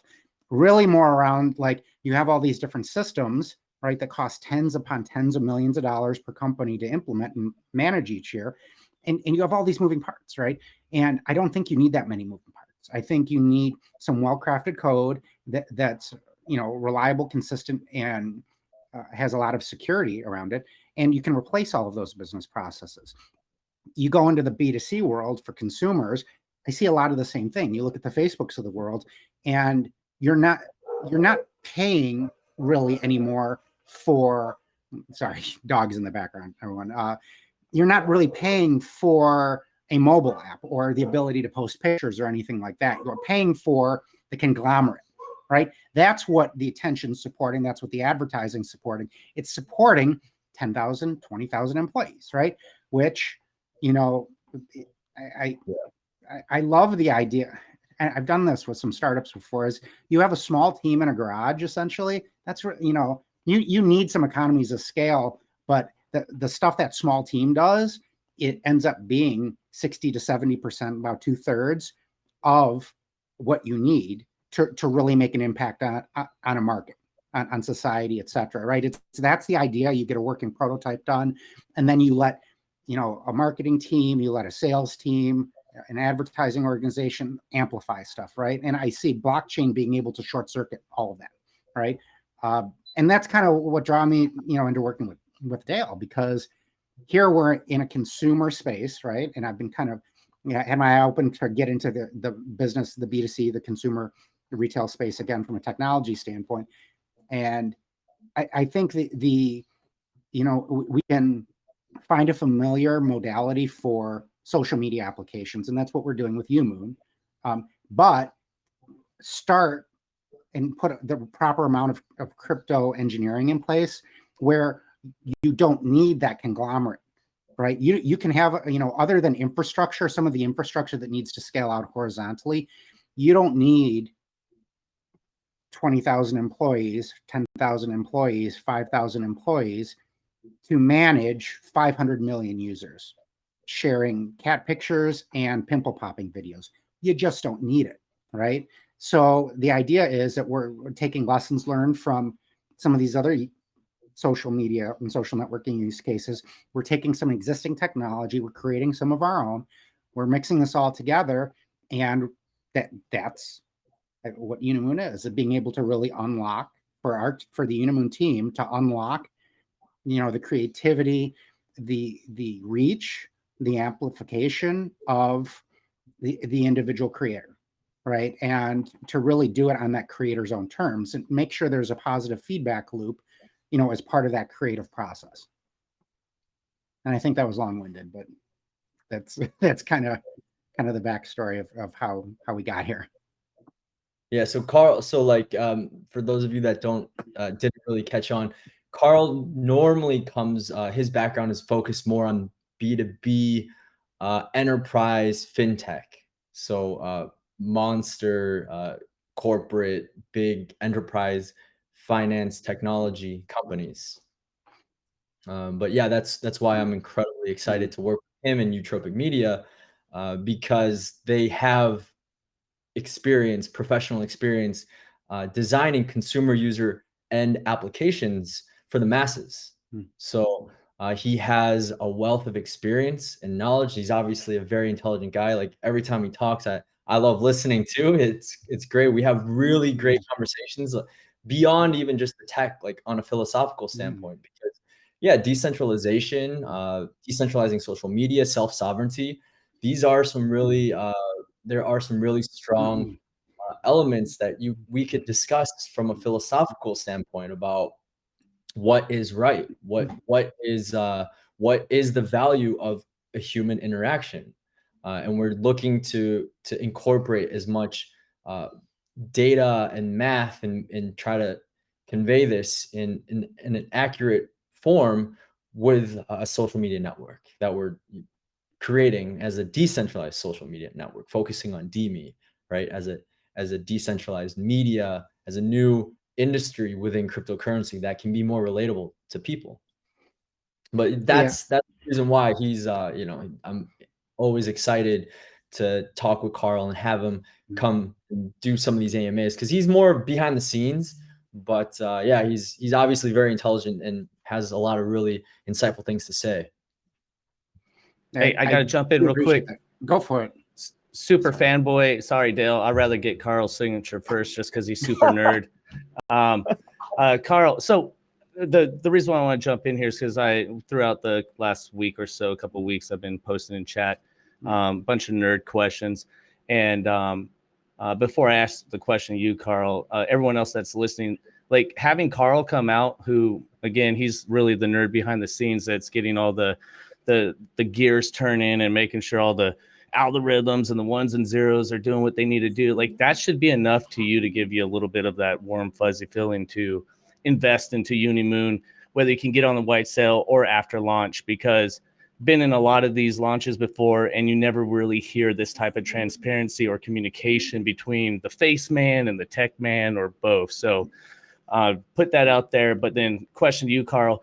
Hey, when it comes to like the machine learning aspect, what type of behavior models are you looking for to not only protect children, but to protect you guys when it comes to the DCMA or copyright or all that other stuff, right? Like that stuff's really hard to pin down. Like what's your thought there, bro? So there's a couple of things there, right? And the one thing I've been wanting to get back into a consumer facing project and kind of contribute to it for a while, right? And you have these different things creep up, right? In consumer, like B2C projects, right? When it comes to, and Dale and I have talked about this, we want the platform eventually to be, we're bootstrapping it as a team, right? But eventually the idea is to build out a kind of a perpetual motion machine, essentially as a social media platform. DAO governance, decentralized, etc. There's a lot of things to do to get there. Some of it's boring, normal project spin up stuff, spin up servers, and put your CI/CD pipelines in place, all of this stuff, right? There's boring tech operation stuff. There's this interesting other layer of stuff, right, where we talk about philosophy, right? Is that, where do we draw the line on what you cannot, and we've seen these in dialogues with Facebook, right? In some of these other social media networks. There should be a line somewhere, right? You cannot truly have you can have people, I believe, say whatever they want. And we have this in the white paper a little bit. And to be entirely transparent, none of this is finalized. It's very much, we want to put constructs in place where the community ultimately decides this, right? In a lot of different blockchain networks, you have miners signal whether, and or validators signal whether a certain improvement proposal has been adopted, etc. Right? We're going to have a similar governance mechanism and process in place, where we want to, again, bootstrap the community to be able to decide the community's own fate, right? But there's a lot of philosophy there, right? Because I think what Dale and I both agree on is you draw a line at physical harm, right? If you, and there's a difference between words and there's a difference between physical actions, right? Now, in a lot of jurisdictions, I am not a lawyer, right? But in a lot of jurisdictions, the definitions and implementations of that type of thought are different, right? So there's this challenge that you build up where if you're truly a global organization, you're a global community, how do you enforce things properly in a regional aspect, right? There is no good answer for that, right? You look at kind of the corollaries they have in other parts of the economy and society. You have corporations, right? Corporations are a corporate entity like an LLC or an a C corp or an S corp or whatever. They're very good metaphors for a lot of things that go on in the crypto space, right? A DAO is a great metaphor for a company, right? But again, you have different constructs inside that company that have evolved over time to deal with understanding where in California, there's one rule. In Germany, there's another rule, right? In Estonia, there's another rule. In South Africa, there's another rule. And you go over to Brisbane and you're going to have some other things going on in in Australia. So you have these different constructs that have come up, right? And they all have different rules. And a lot of times when you talk about the technology, they have servers. Let's say you have one product, right? That is a global product, a global brand like Facebook, right? If you need, and I don't know Facebook's internals. However, I do know, for example, that individual consumer regulations and data privacy laws are different in Germany. Individuals, because we've done work in Germany, right? That if you have customer PII type data in Germany, it is not allowed to leave the physical geographic borders of Germany, right? And that's something that's regional there, right? And that's a particular law, right? As far as, so you need to follow that regional law in those regulations. When it comes to the types of content, PII type information is one type of content, but other things are, you're talking about images that are being posted as content, video content, etc. So how do you govern that stuff? In the ideal end state, we have a DAO in place, and you have 3 billion people that vote and signal on things, right? I think to get there, it's a long experimental journey, right? I think what we do initially, especially for MVP, we're looking at services like Deeper AI, for example. There's SaaS providers out there that'll let you throw content against it, and it'll go through their CNNs, et cetera, and it'll come back and it'll say what it thinks it is based on a probability score, right? So the idea there is that instead of having a room like Facebook does, like some of these companies do, because they're regulated in a sense, they're required to have hundreds of people because of what they do, right? To manually look at things, they still have technology that flags things, kind of pre-processes. So we're going to rely on that automation, that technology to do a lot of that pre-processing, and then use a similar approach, right? To flag content, etc., put it in for review. So the idea is that, we may not be perfect. However, we're going to have some controls in place to automate as much of this away as possible, right? And if we can get there, let's say 70 or 80%, and we can kind of put things in a box for review, well, that's the approach that a lot of these conglomerates use. We'll use a similar approach, at least for MVP. Now that's awesome, Carl. I really appreciate it. Yeah, I think you covered a lot of ground there.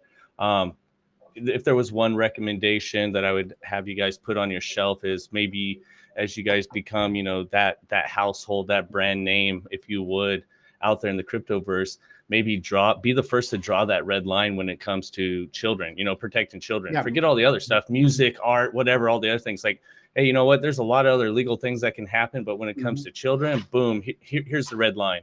And then I would the agree with that. No, go ahead. No, 100%. We've actually already talked about this internally. Like, where do we draw the line? But there are some hard lines that we have discussed. Like for example, murder, violence, like things like this. Physical harm. Physical harm, violence, like this, babies, kids, children. These are hard lines where we would clearly set a wall for on this type of platform. Because we're looking to advance humanity. We're looking to advance humanity, right? We're not looking to we want to be censorship resistant, but there's just some things that are just illegal and just down out not right. Yeah. No, and that's really cool, Carl. Just one little idea I'll throw out there, and you can put it on the shelf as well. Is for your MVP players, maybe if you build some type of orchestrator on the back end that's interacting with the ML that's sending notifications to those MVPs, they can actually respond to say, hey, some ML behavior model triggered AI saying this is a threat, this is something bad. Hey, MVP players, go and vote on this. If you vote, you get, some tokens back or whatever. I think an orchestrator will be one of your biggest nuggets right there, doing a lot of the hard work for you. But that's all I have, Carl. Thank you so much. And I'll pause and let other people answer. No worries, man. And we've talked about, again, there's a couple of mantras we have as a technology team, right? Is that number one is make things, number one is repeatable as possible, right? When we do things. Number two is automate as much as possible, whether it's code quality review, static analysis, testing, pen testing, etc. Right? But that's not even in just the technical delivery piece. That automation and kind of repetition is for operational as well, right? So when anything where a human needs to get involved, we want to actually remove them, right? Eventually, the technology does not exist to get things like content mediation and reviewing, moderation, essentially. The technology does not exist right now to do that 100% of the time perfectly. AI and ML it's not new. The industry's been around for 50 years as expert systems. This shit's not new. Neural networks have been around, twice my age, right? So since their 40s, 50s, earlier even, right? Neural networks have always been around, right? All of this stuff has not just been created in the past 5 or 10 years. There's reasons that there wasn't mass adoption of this stuff, right? Number one, the marketing departments for all of these concepts sucked, right? And people just were not technology literate, as technical as they are today, even from a consumer standpoint. So it clicks a little more. People are more willing to consume this kind of new AI ML shit. But frankly, there's not a huge leap between the macros in your Excel spreadsheets and a CNN. There just isn't. It's all automation. It's all code. You can write the same shit in Python, straight up, or Java front to back as functional, or use functional programming. It's very similar, right?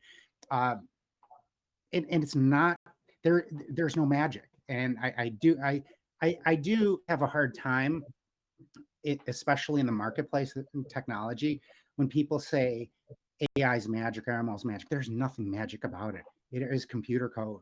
It literally is, with some data structures and some pipelines that were built out of computer code. It's not magic. You have weights and biases on these nets you put together. It's literally not magic. A freshman undergrad understands how the shit works and can write it. So it doesn't solve the problem. The idea is that it reduces some of your risk and automates manual things away, right? And makes things more repeatable. So we'll definitely be leveraging that stuff. I love the idea of being able to get the community more involved and say, hey, the Unimoon platforms flagged this. Do you think it's good or bad? And I've seen examples of that in other social media networks as well. Is this good or is this bad, et cetera? Where you have kind of community moderators that are elected because they have a great reputation. But that also comes back to briefly being able to track reputation of an individual or an individual account. And one of the big things that the team's going to focus on is a concept of digital identity. So as part of the Unimoon ecosystem, you will have an identity wallet, right? You will be able to have personas that are based off that wallet. However, you will have an identity, and it's very critical to have things like DIDs and verifiable credentials that work for retail users, but without the complexities that those kind of implementations have right now, because it's hard enough to get grandma to use even Coinbase. It's very difficult, right? To have them, sign a DID to log into Gmail, it would be nearly impossible, right? So the idea is that we're using the Unimoon project as a way to bring familiar technology, like crossbred with some crypto hidden behind the scenes, to the masses. That's really one of the goals also.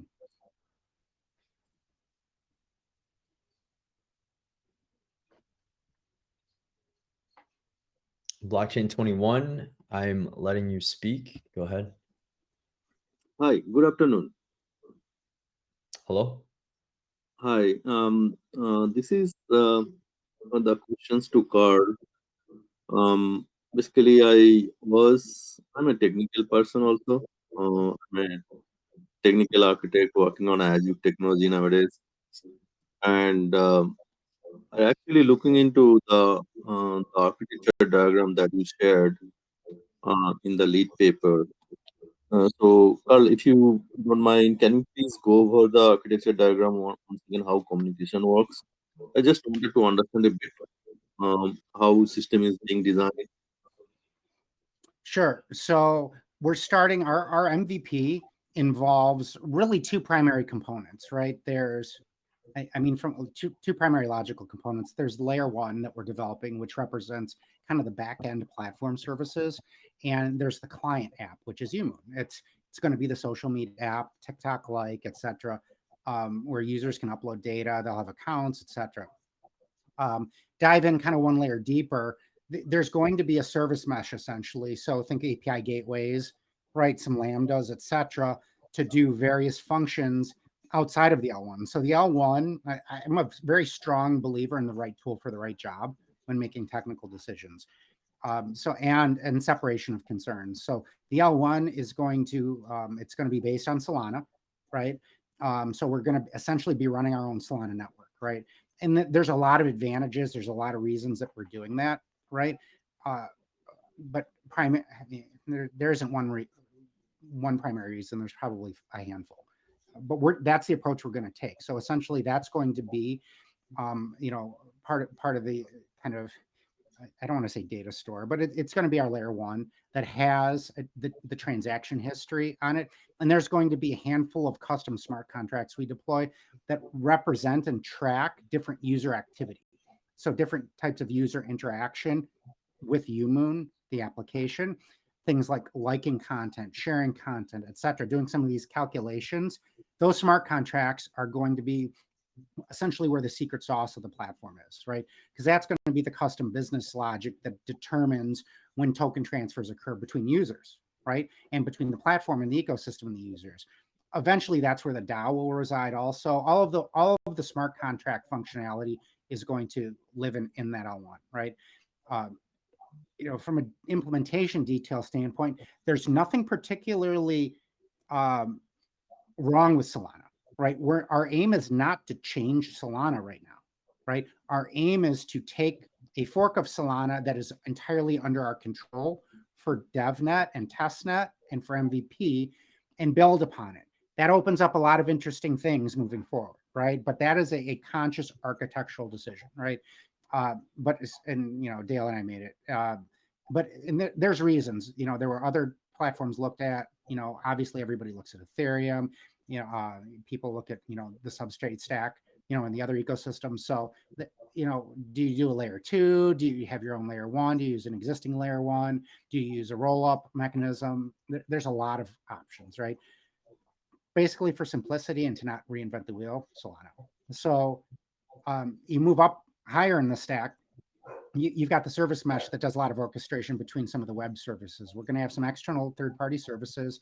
I mentioned Deeper AI is one of the candidates for our AI integration. We'll do some identity orchestration as well. We want to make it easy for users to get onboarded. So you'll be able to log in with your Google account, your Twitter account, your Facebook account, etc. You'll be able to do that stuff and then have some control over your profile here, where again, it's just meant to make onboarding very easy, right? And again, kind of going, I don't have the diagram up in front of me right now, but you go to the left a little bit, and all the other things when it comes to kind of treasury constructs for the tokens specifically, right? The native tokens that represent the transfer of attention and kind of the scoring, all of that stuff's going to live on the L1. And I'll pause here for a second. Any other specific questions about it? No, I think this looks good. But I also wanted to understand what exactly you are going to do with the vision AI ML processing, that module. Everybody's diving into that, right? So we are looking, the AIML stuff, there's really two aspects to it. One is content moderation, right? So we want to leverage kind of some existing tooling to moderate the content, and not the idea there. It's moderation. It's a moderation process, so it'll do some pre-processing and flag content, right? It may not explicitly remove it, right? That's TBD, right? The other stuff that we're going to use some of the AI and ML stuff for will actually be within the platform, so not external in that other stack, right? So we're looking at, when it comes to the social activity coefficient, et cetera, those smart contracts are likely going to have integration with some oracles that we have on the L1 that actually bring in some machine learning. So to understand kind of what the subgraph of a particular individual account looks like, right? What their interaction with other accounts look like, et cetera, to get some heuristics built around that, we'll employ ML as well. Okay, thank you, Carl. Good luck. Thank you. All right, I'm going to unmute you, Alex Hales. Go ahead. Hey, I just want to ask about the cap. The market cap is too high, 6.2 million. Is there any reason you have gone with that? 6.2 million is too high for any project. I just want to ask about it. Is there any particular reason you have chosen to go with 6.2? That's we're not choosing to go with 6.2. We're raising funds for development and marketing, and that's the market cap that has been estimated by Pink Sales platform. okay. Yeah. Thank you. That's all. Thank you. All right, Z, I'm allowing you to speak. Go ahead, Z.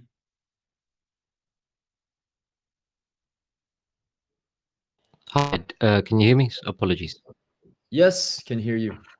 Yeah, I spoke to you last week. So luckily, this second private sale, I managed to get a little bit in. So I'm very glad that I'm on board now with a little bit. I heard from you last time that the pink sale whitelist would include anyone that's participated or was lucky enough to participate in one of the previous private sales. Is that still correct? And how do I ensure that I can have the whitelist available for me in the pink sale too? You know, honestly, we have had a huge amount of demand for this whitelist. Just breaking down the numbers, we're literally at roughly 13,000. So just on this call, we had another 10,000 entries. So we're at 564,000 entries. At 564,000 entries, we are at 13,400 people that have signed up for this whitelist. I think that the best thing is to just keep it randomized, to allow as many people to be able to participate as possible. Out of 13,400, that's a lot of people with only 1,500 whitelisted addresses. So 100% of a fact, I have seen the addresses, and I made sure from my mouth that all the people that were on the video call with me on the private sale too would 100% have a whitelist address. As far as the people that have already participated, I don't know the logistics of how that would be handled. As the founder, I don't know how the logistics of that would be handled. And, for me, I think it's better for more people to have access to the sale. So, unless one of the marketing team comes back to me and says, this is what we need to do, this is how it's going to be done, I don't know logistically how that would be taken care of. No, I appreciate that, and thanks for answering the question in such a detail. Just before I go and while you're on here, the Banker Doge private sale, will the coins be distributed at the same time as the pink sale one as well, just to keep things fair? Yeah. So what we will do is once tokens are claimable, everybody will be able to claim. So yeah, Sale, Banker Doge, everybody would be able to claim. Yeah, level playing field. Yeah, that sounds pretty fair. Well, I'd just like Yeah. to say, great project, guys. Keep the hard work going. And just hearing from Carl as well about the Solana fork and how you're planning to implement that is music to my ears. So, cheers, guys. Yeah, thank you. And I want to stress also, I love the work the Solana team's done.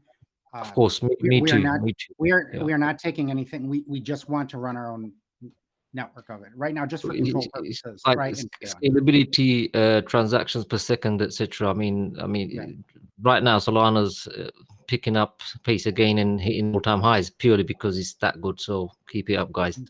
Yeah, and good on you. And I think it's also found that it's being implemented in more retail use cases, NFT marketplaces. There's a lot of game development that's actually sprung up in the Solana ecosystem as well. And again, that to me, that triggers the retail consumer use case flags, right? Where it's more scalable for kind of the small high volume transactions. In B2B, you tend to have, especially enterprise space, you have larger, lower frequency transactions. But in retail, you tend to have, they're almost like, I wouldn't say they're not IoT payload sized, but they're much larger. But you have a larger volume, and on balance, you have a smaller payload size of a service call. So Solana for me is probably one of the best if you balance kind of production deployment. I understand it's beta still, but you've had enough volume, it's battle tested enough that out of all of the possible options, even looking at L2, Solana makes the most sense for us right now.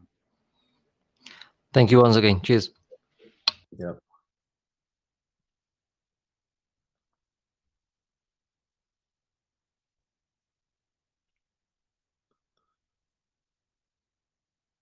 If you guys have a question, just raise your hand and then I can unmute you.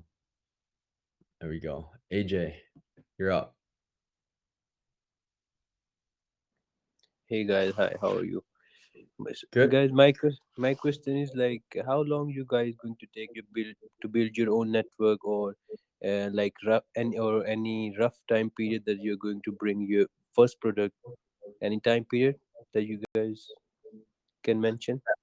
Yeah. So we've discussed this, that we're already underway with the development, right? So our social media application Unimoon, we are actually planning to be able to release both of these in testnet, in the MVP of Unimoon.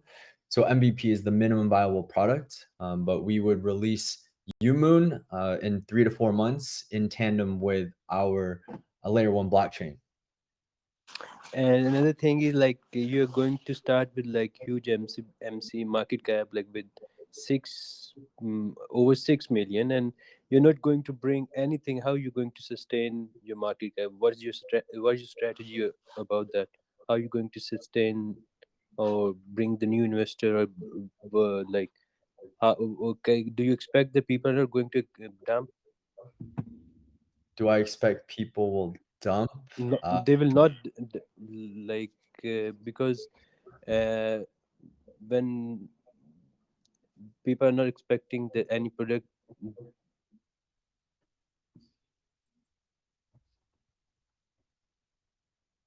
Hello?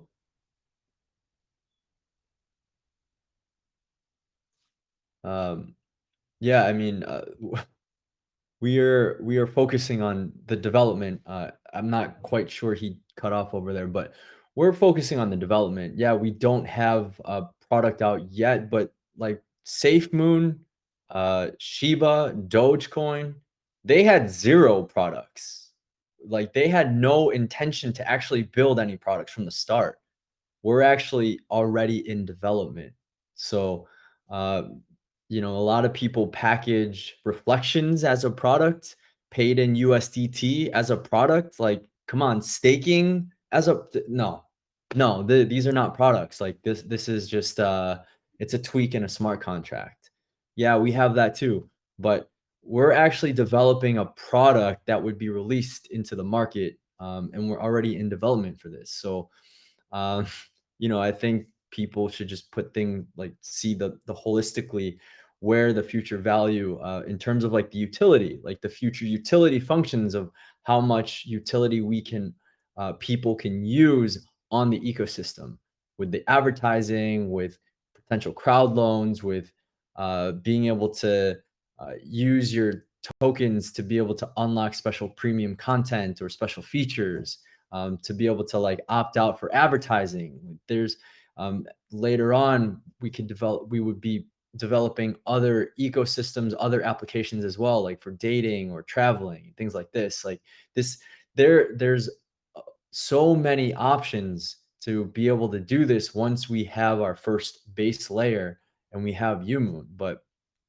Shiba, Dogecoin, SafeMoon, I'm not trying to compare ourselves to any of these tokens, but I'm just letting you know that they never came out with a plan to develop products from the start.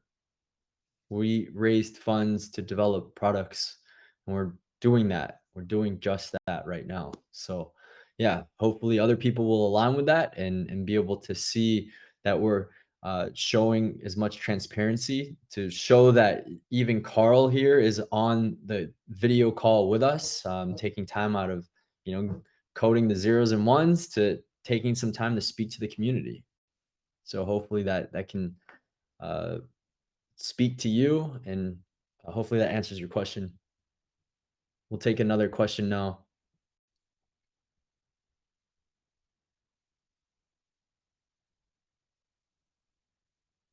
Yeah, but if you have a question, just go ahead and raise your hand, and then that way Carl and I can answer your question.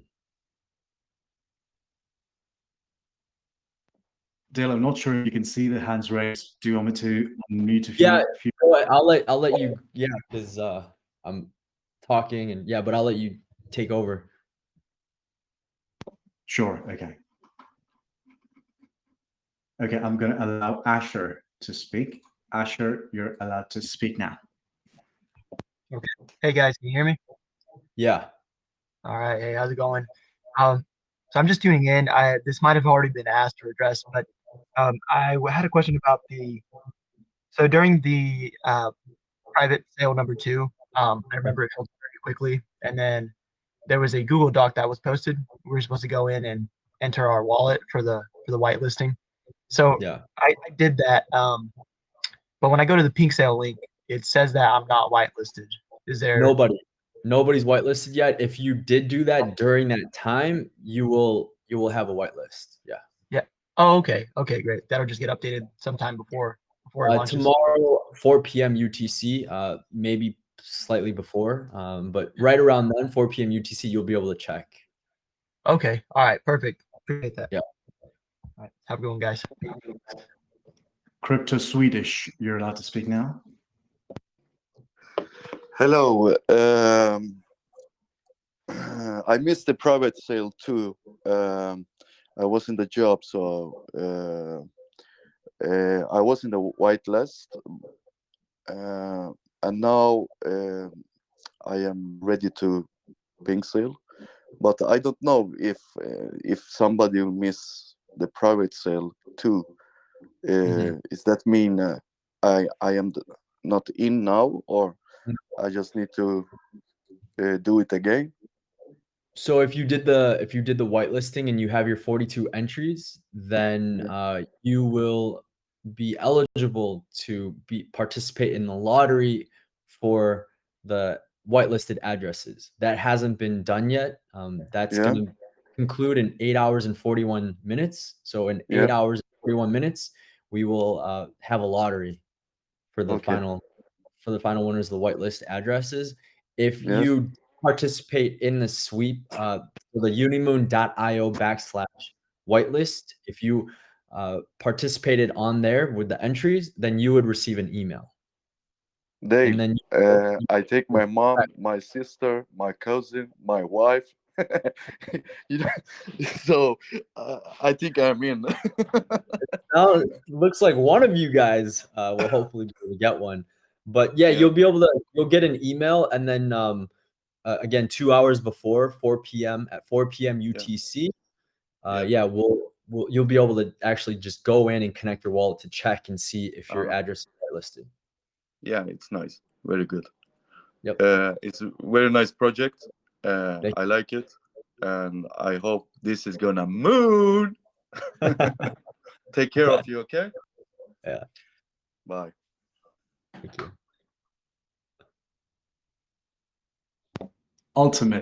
Ultimate, you're allowed to speak now.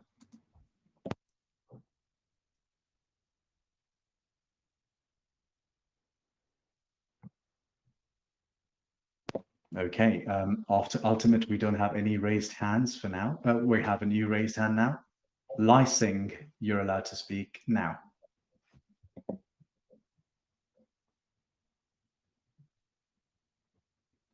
Lysing, just unmute yourself wherever you want and you can speak. Yeah, yes. Thank you very much. I came in earlier to ask a question, and then I also have come now just to find out about the Google document that was sent the last time in the last AMA. Some of us couldn't actually get in, and then we were given a second opportunity. And we want to know, like, those of us that were able to make it to be whitelisted, at least if that document can be provided so that we check if wallets are available.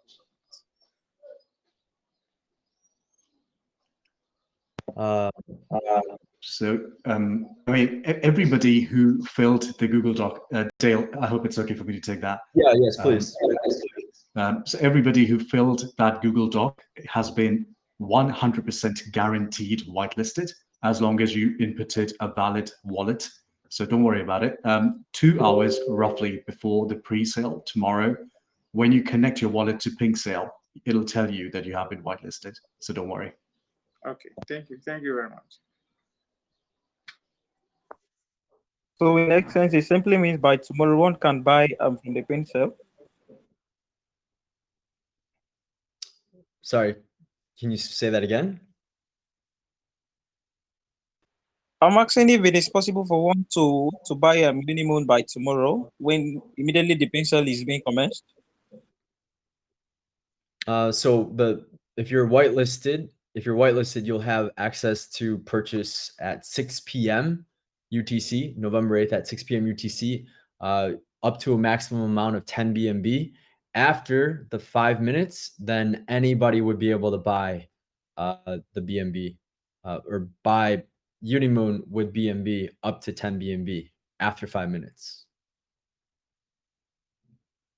Okay. Thank you very much, Mr. CEO.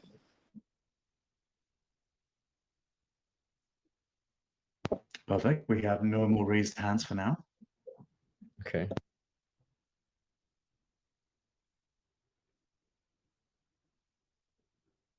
Okay. Well, I guess we can wrap it up then. Yeah, 2 new hands. If you want to, there are 2 new hands. Yeah, no, it's fine. Happy to take some more questions. Perfect. So off 911, you are allowed to speak now. Hello, everyone. Hi. Sorry to join, so I don't know what's about the pre-sale tomorrow. So I think it's gonna be public. After 5 minutes, it will be public. Okay, so the max it's gonna be 10 BNBs, right? That's right. And the launch is gonna be right after, or? As of right now, we have it set for November 11th at 7 p.m. UTC. Oh, that's perfect. Okay, thank you. Yeah. Perfect. I'm allowing Chan to speak. Chan, you're allowed to speak now. Yep. Hi. Hello. Can you hear me? Yeah. Go ahead. Yeah. I think I might miss this, but I did participate in a private sale, but I failed. So, do I consider will I select to be a whitelist automatically or not? So you said that you participated or you didn't? I did participate, but the transaction is failed. Is that because it fell out really quick? Uh-huh. Yeah. So I did put in my address, but I'm not sure if I consider to be selected as a whitelist. Yeah, I mean, at this point, you would just have to win a whitelist spot from the lottery. Oh, okay. Yeah. Thank you.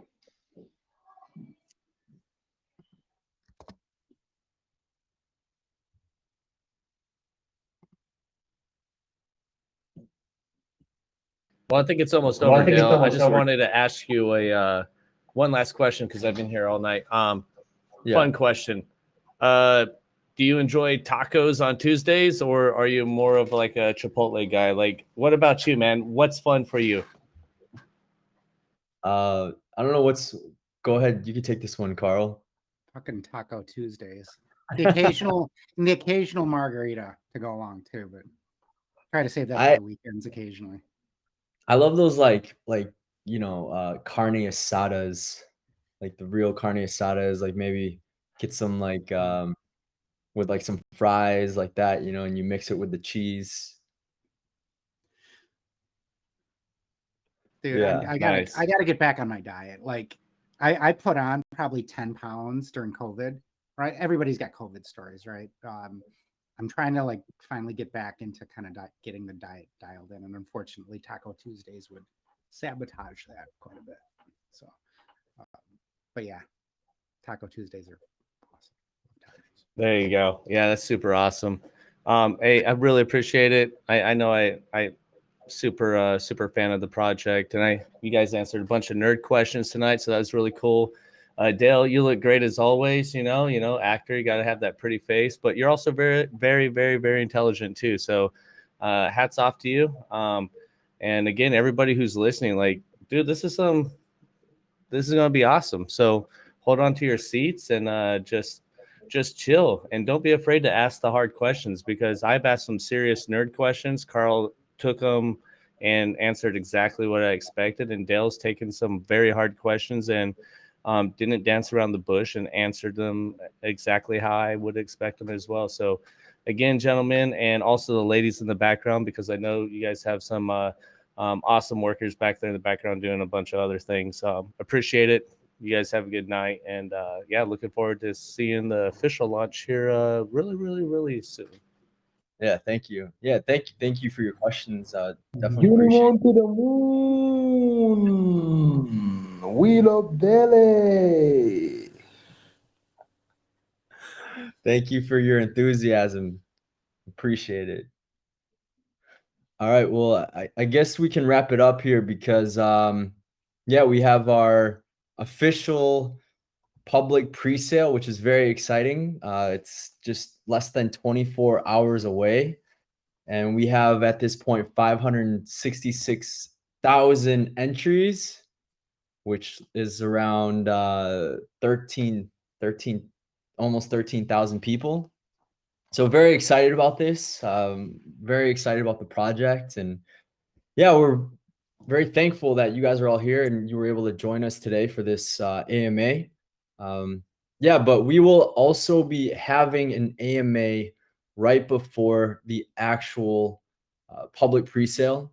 We will hold it 1 hour before the pink sale is live. So please make sure that when you guys are doing this pre-sale, you guys see me on the call, and I can verify with the pinned link which pink sale is going to be the proper one. We've already seen many scammers and imposters add people within our group to different pink sales, but those are not even real pink sales. They're clone sites with fake addresses. It's like pink sales or some variation of like pinkle ale. But yeah, if you look at the details, you can tell they're just clone sites. Even the progress bars, like they could be completely fake. But yes, again, make sure that I'm on the call. I'm sure there's going to be a ton of scammers. We're going to mute the chat as well. So make sure that you guys are on the call with me. I'll hold another video AMA 1 hour before. So at 5 p.m. UTC, I will be on video call and we will kick off the public pre-sale. with a video AMA right before. But thank you guys all for joining us today. If you guys have any further questions, feel free to answer them in the group chat, and me and my team will definitely answer that for you. Thank you guys, and enjoy the rest of your day. Thank you. Unimoon to the moon. We love Delhi. Thank you.